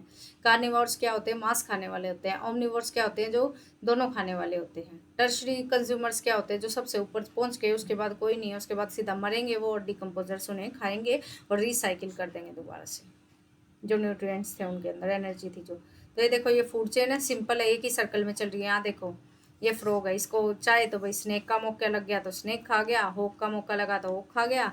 अब देखो इनके ऊपर कोई नहीं बैठा, ये है बाज, ठीक है, सबसे बड़ा। ये वोल्फ हो गया, ये इसको जो है आपके पास ग्रास होपर है, ग्रास होपर को चाहे तो ये बैट खा जाए, चाहे तो ये फ्रॉग खा जाए, रेट है ये, कोई भी खा सकता है। तो ये मैंने आपको समझा दिया। नेक्स्ट है मोड्स ऑफ न्यूट्रिशन, भी आ सकता है पेपर में, बहुत इंपॉर्टेंट है। मोड्स ऑफ न्यूट्रिशन मतलब खाना कैसे कैसे खाया जा सकता है। सबसे पहले होता है ऑटोट्रोप्स। ऑटो का मतलब होता है जो खुद से हो जाए, ट्रोप्स का मतलब बनाना। तो वो ऑर्गेनिज्म जो अपना खाना खुद बनाते हैं। खुद कौन बनाता है, अभी बताया था मैंने, फोटोसिंथेसिस से घास बनाते हैं, यानी कि प्लांट्स हो गए, एल्गी हो गया, एल्गी काई होती है भाई, साइनोबैक्टीरिया हो गया, ये सारे अपना खाना खुद बनाते हैं। तो ये आपके पास किस किस मेथड से बना सकते हैं, फोटोसिंथेसिस जो प्लांट्स में होती है, और केमोसिंथेसिस जो होती है कुछ बैक्टीरिया के अंदर होती है केमोसिंथेसिस, ठीक है। तो ये आपके पास ऑटोट्रोप्स होते हैं। हेट्रोट्रोप्स का मतलब क्या होता है, हेट्रोट्रोप्स जो कि आपके पास अपना खाना खुद नहीं बनाते, ये अपना खाना किससे लेते हैं, ऑटोट्रोप से लेते हैं, मतलब कि जो आपके पास ये है, जो घास थी इनसे लिया है। तो आप ये कह सकते हो एक तरीके से ये आपके पास हर्बीवोरस वाले हो जाते हैं। हर्बीवोरस तो नहीं होंगे, खाना बना रहे हैं खुद। हर्बीवोरस वो होते हैं जो इनको खाते हैं, तो वो हेट्रोट्रोप्स हो गए। तो हेट्रोट्रोप्स क्या हो गया, अपना खाना इनको इनसे खाएंगे या फिर उसको बनाएंगे, तो ये डिपेंड है ऑटोट्रोप्स पे। तो यहाँ पर ये कंज्यूमर्स हो गए हेट्रोट्रोप्स, जैसे एनिमल हो गया, ह्यूमंस हो गया, फंगी होगी, बैक्टीरिया हो गए, कुछ भी। तो ये क्या करेंगे, अपना खाना या तो बनाएंगे और या फिर इनसे सीधा डायरेक्ट खा लेंगे। तो ये खाना बनाएंगे नहीं, ये खाना इनसे लेंगे, अपना खाना खुद नहीं बना सकते, ये खाना इनसे लेंगे, दूसरी बॉडी से लेंगे। हेट्रोट्रोप्स जो अपना खाना खुद नहीं बना सकते। सेप्रोट्रोप्स, सेप्रोट्रोप वो होते हैं, जैसे मैंने अभी आपको बताया था, डीकम्पोजर्स, जो कि तोड़ते हैं मरे हुए को और ख़त्म हुए को, जैसे प्लांट्स वगैरह हैं जो बिल्कुल ख़त्म हो गए हैं, वो कल सड़ जाते हैं जैसे, तो वहाँ से जो खाना अपना लेते हैं वो सेप्रोट्रोप्स होते हैं, ठीक है। तो इसीलिए देखो फूड चेन कितनी इंपॉर्टेंट है, कि जीव का कितना महत्व है। फंगाई है, बैक्टीरिया है, मशरूम है, ये सारे आपके पास सेप्रोट्रोप्स होते हैं। पैरासाइट है, पैरासाइट क्या होते हैं, जो कि बॉडी के अंदर ही रह के, जैसे आपके पेट में कीड़े हो गए, आपकी बॉडी से ही खाना ले रहे हैं, वो पैरासाइट होते हैं। सबसे अच्छा एग्जाम्पल कि आपकी किसी भी बॉडी के अंदर रहते हैं जो, और अपना खाना वहीं से ले लेते हैं, ठीक है, वो सेप्रोट्रोप होते हैं। जैसे टैप वोम हो गया, मलेरियल पैरासाइट हो गया, जैसे मलेरिया वगैरह हो जाता है। लीस हो गए, जैसे जू हो जाती हैं, जू भी आपके खून में से ऐसे चूसती रहती है और बढ़ती रहती हैं। तो ये सब डीकम्पोजर्स मैंने आपको बता ही दिया है कि फिर मर जाएंगे, गल जाएंगे, सारा सब कुछ उनसे ले लेंगे। तो अब आपको डीकम्पोजर में और इसमें सेप्रोट्रोप्स में डिफरेंस क्या है। तो सेप्रोट्रोप हमेशा क्या होते हैं, ब्रेक करके डेड और डिकेइंग ऑर्गेनिक मैटर को, जो मतलब कार्बन रिलेटेड प्रोडक्ट होते हैं उनको तोड़ते हैं। डीकम्पोजर क्या होते हैं, डीकम्पोजर आपके पास क्या होते हैं, ये वापस से रिसाइकिल कर देते हैं, सेम सा ही है ऑलमोस्ट। लेकिन इसके अंदर क्या होता है, छोटा सा माइनस सा डिफरेंस है कि जो पैरासाइट, एक मिनट, सेप्रोट्रोप, सेप्रोट्रोप में क्या होता है आपके पास, सेप्रोट्रोप के अंदर क्या होता है कि ये एक तरीके का हेट्रोट्रोप का ही पार्ट है। मतलब बस ये ध्यान रखना कि सेप्रोट्रोप हेट्रोट्रोप का पार्ट है, और ये आपके पास हेट्रोट्रोप का पार्ट नहीं है, ठीक है। Decomposer it is not a part of हेट्रोट्रोप।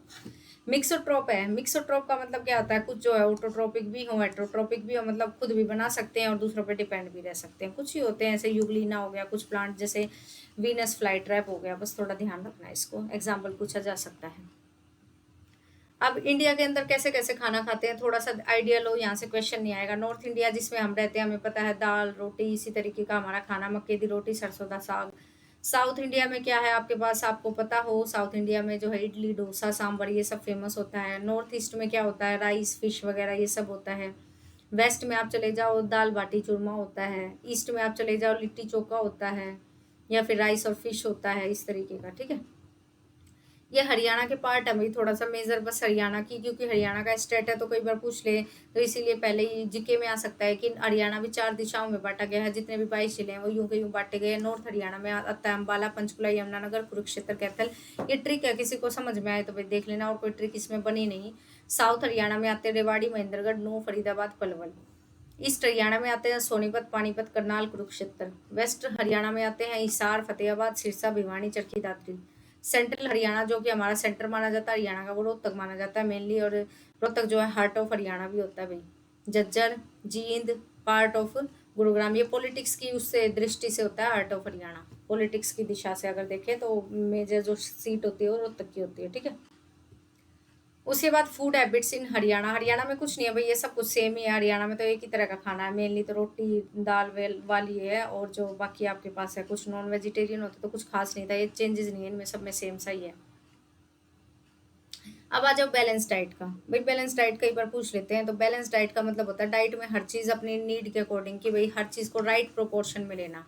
Right proportion का मतलब होता है जैसे कार्बोहाइड्रेट आपकी बॉडी को इतना चाहिए तो इतना ही लो, प्रोटीन इतना चाहिए एक दिन इतना ही लो, आपके पास मिनरल इतने चाहिए इतने ही लो, विटामिन इतने ही लो, वो सारा मिला के आपके पास की फिजिकली भी फिट हो, मेंटली भी फिट हो, वो होता है बैलेंस डाइट। कहते हैं ना मैं तो बैलेंस डाइट ले रहा हूँ, चाहे बैलेंस डाइट का पता ना हो क्या हो, लेकिन मेरी डाइट सबसे बढ़िया, मैं तो बैलेंस डाइट ले रहा हूँ। अब है फूड और कल्चर में क्या रिलेशन है। भाई देखो, फूड और कल्चर में ये रिलेशन है, हर जगह का अपना फ्यूचर है, हर जगह का अपना वो खाना है। जैसे हम यहाँ के कहते हैं सरसों दी साग, पंजाब में सरसों दा साग, मक्के दी रोटी, तो भाई वो वहाँ का कल्चर है, वहाँ की सभ्यता है, उसको भी दिखाती है। राजस्थान साइड चले जाओ, दाल बाटी वगैरह ये सब मिलता है। हरियाणा में आ जाओ, सरसों दा साग, छाछ, ये सब कुछ मिलता है, ठीक है। तो ये सब अपना कल्चर दिखाते हैं। जैसे वेस्ट बंगाल साइड चले जाओ, वहाँ फिश और राइस वगैरह का होता है कुछ ऐसा। नेक्स्ट है लास्ट, हमारे पास लास्ट नहीं है, शेल्टर। ये आपको देख के लग रहा है शेल्टर है, कि कहीं कैसे रह रहे हैं लोग, कहीं कैसे रह रहे हैं, तो ये शेल्टर होता है भाई, ठीक है। अब नेक्स्ट चैप्टर है हमारे पास शेल्टर। शेल्टर से कुछ खास क्वेश्चन नहीं है, बस टाइप ऑफ हाउस पूछ लिया जाता है, उसमें एग्जांपल दे देते हैं, ये पूछ लेते हैं किस टाइप का हाउस है। तो शेल्टर आपके पास देखो क्या, शेल्टर हमारी एक बहुत ही ज़रूरत है। शेल्टर हमें क्या होता है भाई, वेदर से सुरक्षा प्रोवाइड करती है, मौसम के अनुसार। एनिमल से हमें जो है सुरक्षा प्रदान करती है, जानवरों से। एनवायरनमेंट फैक्टर से हमें, क्लाइमेट से, ज्योग्राफी, कल्चर, मतलब हर तरह से हमारे हमें एडजस्ट करने का एक वो देती है, हर तरह से हमें बचाती है। अब बात है शेल्टर का मतलब होता है आवास, मतलब आपके सर पे छत होना। तो अब सर पे जो छत है यानी कि घर है, तो घर भी कई तरह के होते हैं। टेम्पररी हाउस, टेम्पररी हाउस होते हैं जो थोड़े दिन के लिए यूज करना हो। जैसे कि आपको क्या है, आप कहीं पे घूमने के लिए चले गए, तो वहां पर आप क्या करते हो, बैम्बू का कुछ बना लिया, झोपड़ी बना ली, छोटी मोटी तंबू गाड़ लिया, कारवा बना लिया, हाउस बोट हो गया, कि थोड़ी देर के लिए रहना है, तो वो टेम्पररी हाउस होते हैं, ठीक है। जनरली बैम्बू वगैरह से बना लेते हैं, यानी कि बांस से बना लिया, तो इस तरह से कैसे भी आप बना सकते हो। परमानेंट हाउस क्या होते हैं, जिसमें आप लंबे टाइम के लिए रहते हो, और जो ड्यूरेबल भी होते हैं, जो कि आप ईंट सीमेंट वगैरह से बनाते हो। इसमें अपार्टमेंट हो गया, बिल्डिंग हो गया, विला हो गया, ये सब कुछ हो गया, ये आपको पता होगा। अब आ जाओ रीजनल डाइवर्सिटी, ये इंपॉर्टेंट है भाई, कि कहाँ कैसे घर होते हैं। जैसे इग्लू है, इग्लू कहाँ है, इग्लू आपके पास जितने भी ठंडे इलाके होते हैं वहाँ बर्फ का इग्लू बना होता है। जैसे ये देखो, ये इग्लू है, ये इग्लू है, ये भी इग्लू है, तो ये इग्लू होते हैं, ठीक है। स्टिल्ट हाउसेस, स्टिल्ट का मतलब होता है जो मचान वाले घर होते हैं, मतलब जहाँ पर जैसे बाढ़ वाड़ आती है तो उनसे बचने के लिए घर बनाए जाते हैं, वो थोड़े स्टिल्ट बना लेते हैं। मड हाउसेस मतलब मिट्टी के बनाए होते हैं, मिट्टी के कहाँ बनते हैं, जहाँ गर्मी ज़्यादा होती है, जैसे राजस्थान वगैरह साइड। टिल्टेड रूफ, जैसे मैं गोवा गई थी तब मैंने देखा भी था, सारे ही हाउसेज जो है ना ऐसे टिल्टेड झोपड़ी की तरह बने होते हैं, जैसे झोपड़ी की छत होती है ऐसे। तो क्योंकि बारिश न ठहरे इन पे, नीचे जो है पानी गिर जाए, वहाँ पे बारिश जून जुलाई में बहुत ज़्यादा होती है।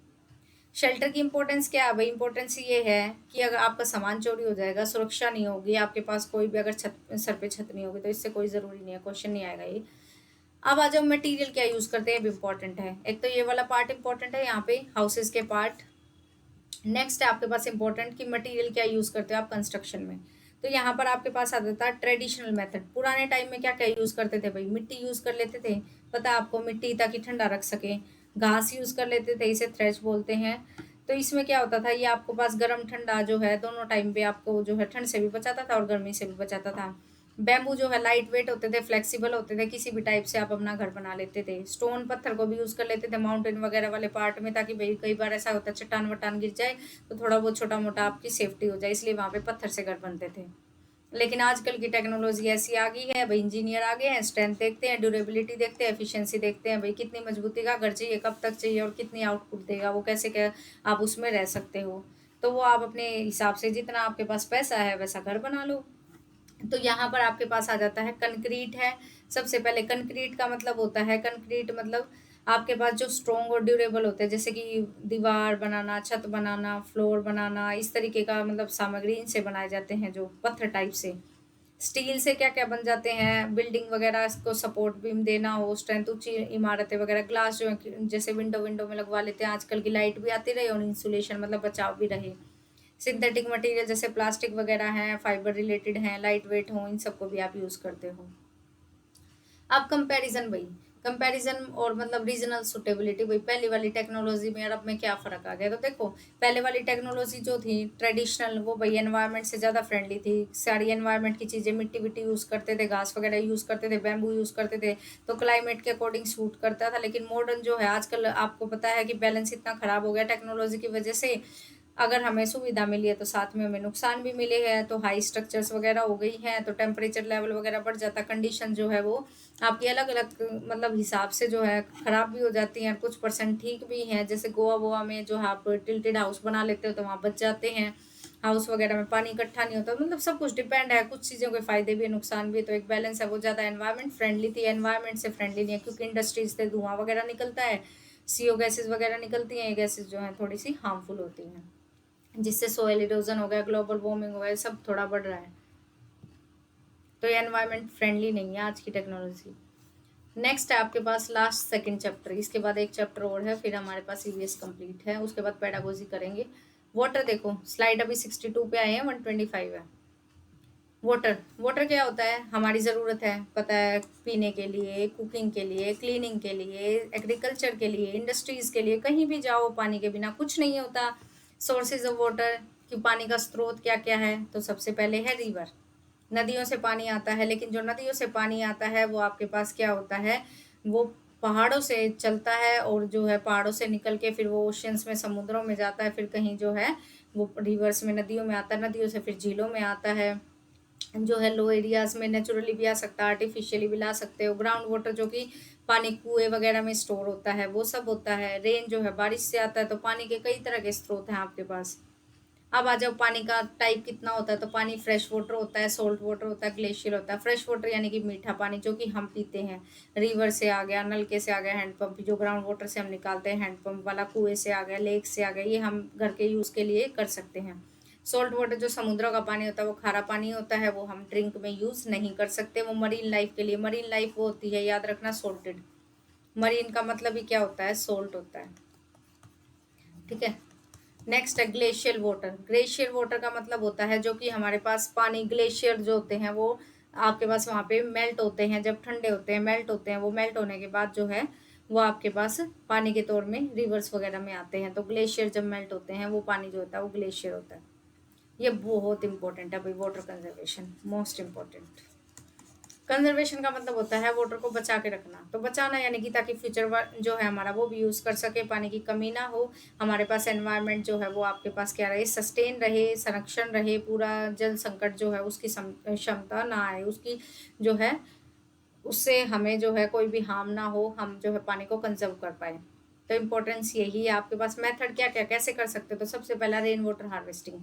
रेन वाटर हार्वेस्टिंग का मतलब क्या होता है, बारिश का जो भी पानी है उसे कलेक्ट कर लो, उसे कलेक्ट कर लो और फिर उसे यूज़ कर लो।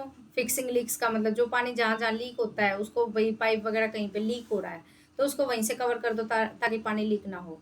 वाटर को ठीक यूज़ करो, मतलब कुशल प्रयोग, जितना ज़रूरत है उतनी यूज़ करो। ड्रिप इरीगेशन, ड्रिप इरीगेशन अभी समझाऊंगी आगे क्या होता है। ड्रिप इरीगेशन, जहाँ पानी को ज़रूरत है वहीं पे पानी खोलो, बाकी जगह पे बंद कर दो। अब आ जाओ इरिगेशन पे। इरिगेशन होता है सिंचाई। सिंचाई क्या होता है, पानी देना। जब बारिश का जो है आपको पता है अनियमित हो, भाई कभी आ रही है कभी नहीं आ रही, कई इलाकों में जब ज़्यादा बारिश होती है, कई इलाकों में कम होती है, तो अपने हिसाब से पानी देना, वो होता है इरिगेशन। तो इरिगेशन में आपको जो है ताकि अच्छा पानी दे के और आपके पास जो है अच्छे तरीके से जितने पानी की उन्हें ज़रूरत है, आपको हायर यील्ड्स मिले, मतलब ज़्यादा से ज़्यादा जो आपकी फसल तैयार हो और अच्छी क्वालिटी की हो, तो आपका जो है ड्राई सीजन्स में भी जब सूखा पड़ जाए तब भी आप इस तरीके से मतलब जो है अपना बेस्ट दे पाओ और अच्छे से फसल तैयार हो, वो क्या है, इंपॉर्टेंस है, सिंचाई इसलिए ज़रूरी है। नहीं तो ये थोड़ी है कि जहाँ सूखा पड़ गया वहाँ पे फसल ही नहीं उगेगी। पुराने टाइम में इरिगेशन कैसे करते थे भाई, मोट था पहले, पुली सिस्टम था। मतलब पुली सिस्टम का मतलब क्या था कि आपके पास एक ऐसे बना लेते थे चेन से, मतलब पुली सिस्टम के अंदर क्या होता था, कुआं होता था, कुएं के आसपास एक बकेट होती थी और उससे पानी निकालते थे और पानी निकालने के बाद जो है वो खेत में पानी देते थे। अभी दिखाऊंगी ये। चेन पंप क्या होता है, एक चेन लगा दी जाती थी और चेन के अंदर बाल्टियां ऐसे होती थी, नीचे से भरती रहती थी कुएं वगैरह में से या फिर नदियों में से भरती रहती थी, ऐसे एक भर गई एक खाली होगी, भर गई खाली होगी, इस तरीके से। तो वो पानी आता रहता था, रोटेट करता था ये। डेकली, डेकली में क्या होता है आपके पास, डेकली के अंदर जो है यहाँ पर आपके पास कुछ एक वजन लगा देते थे जो कि पानी को नीचे से ऊपर ले आती थी और फिर उसे आप उसमें डाल देते थे, मतलब रस्सी से नहीं खींचते थे, इसमें जो है आपको खींचना पड़ता था पानी, इसमें खींचते नहीं थे।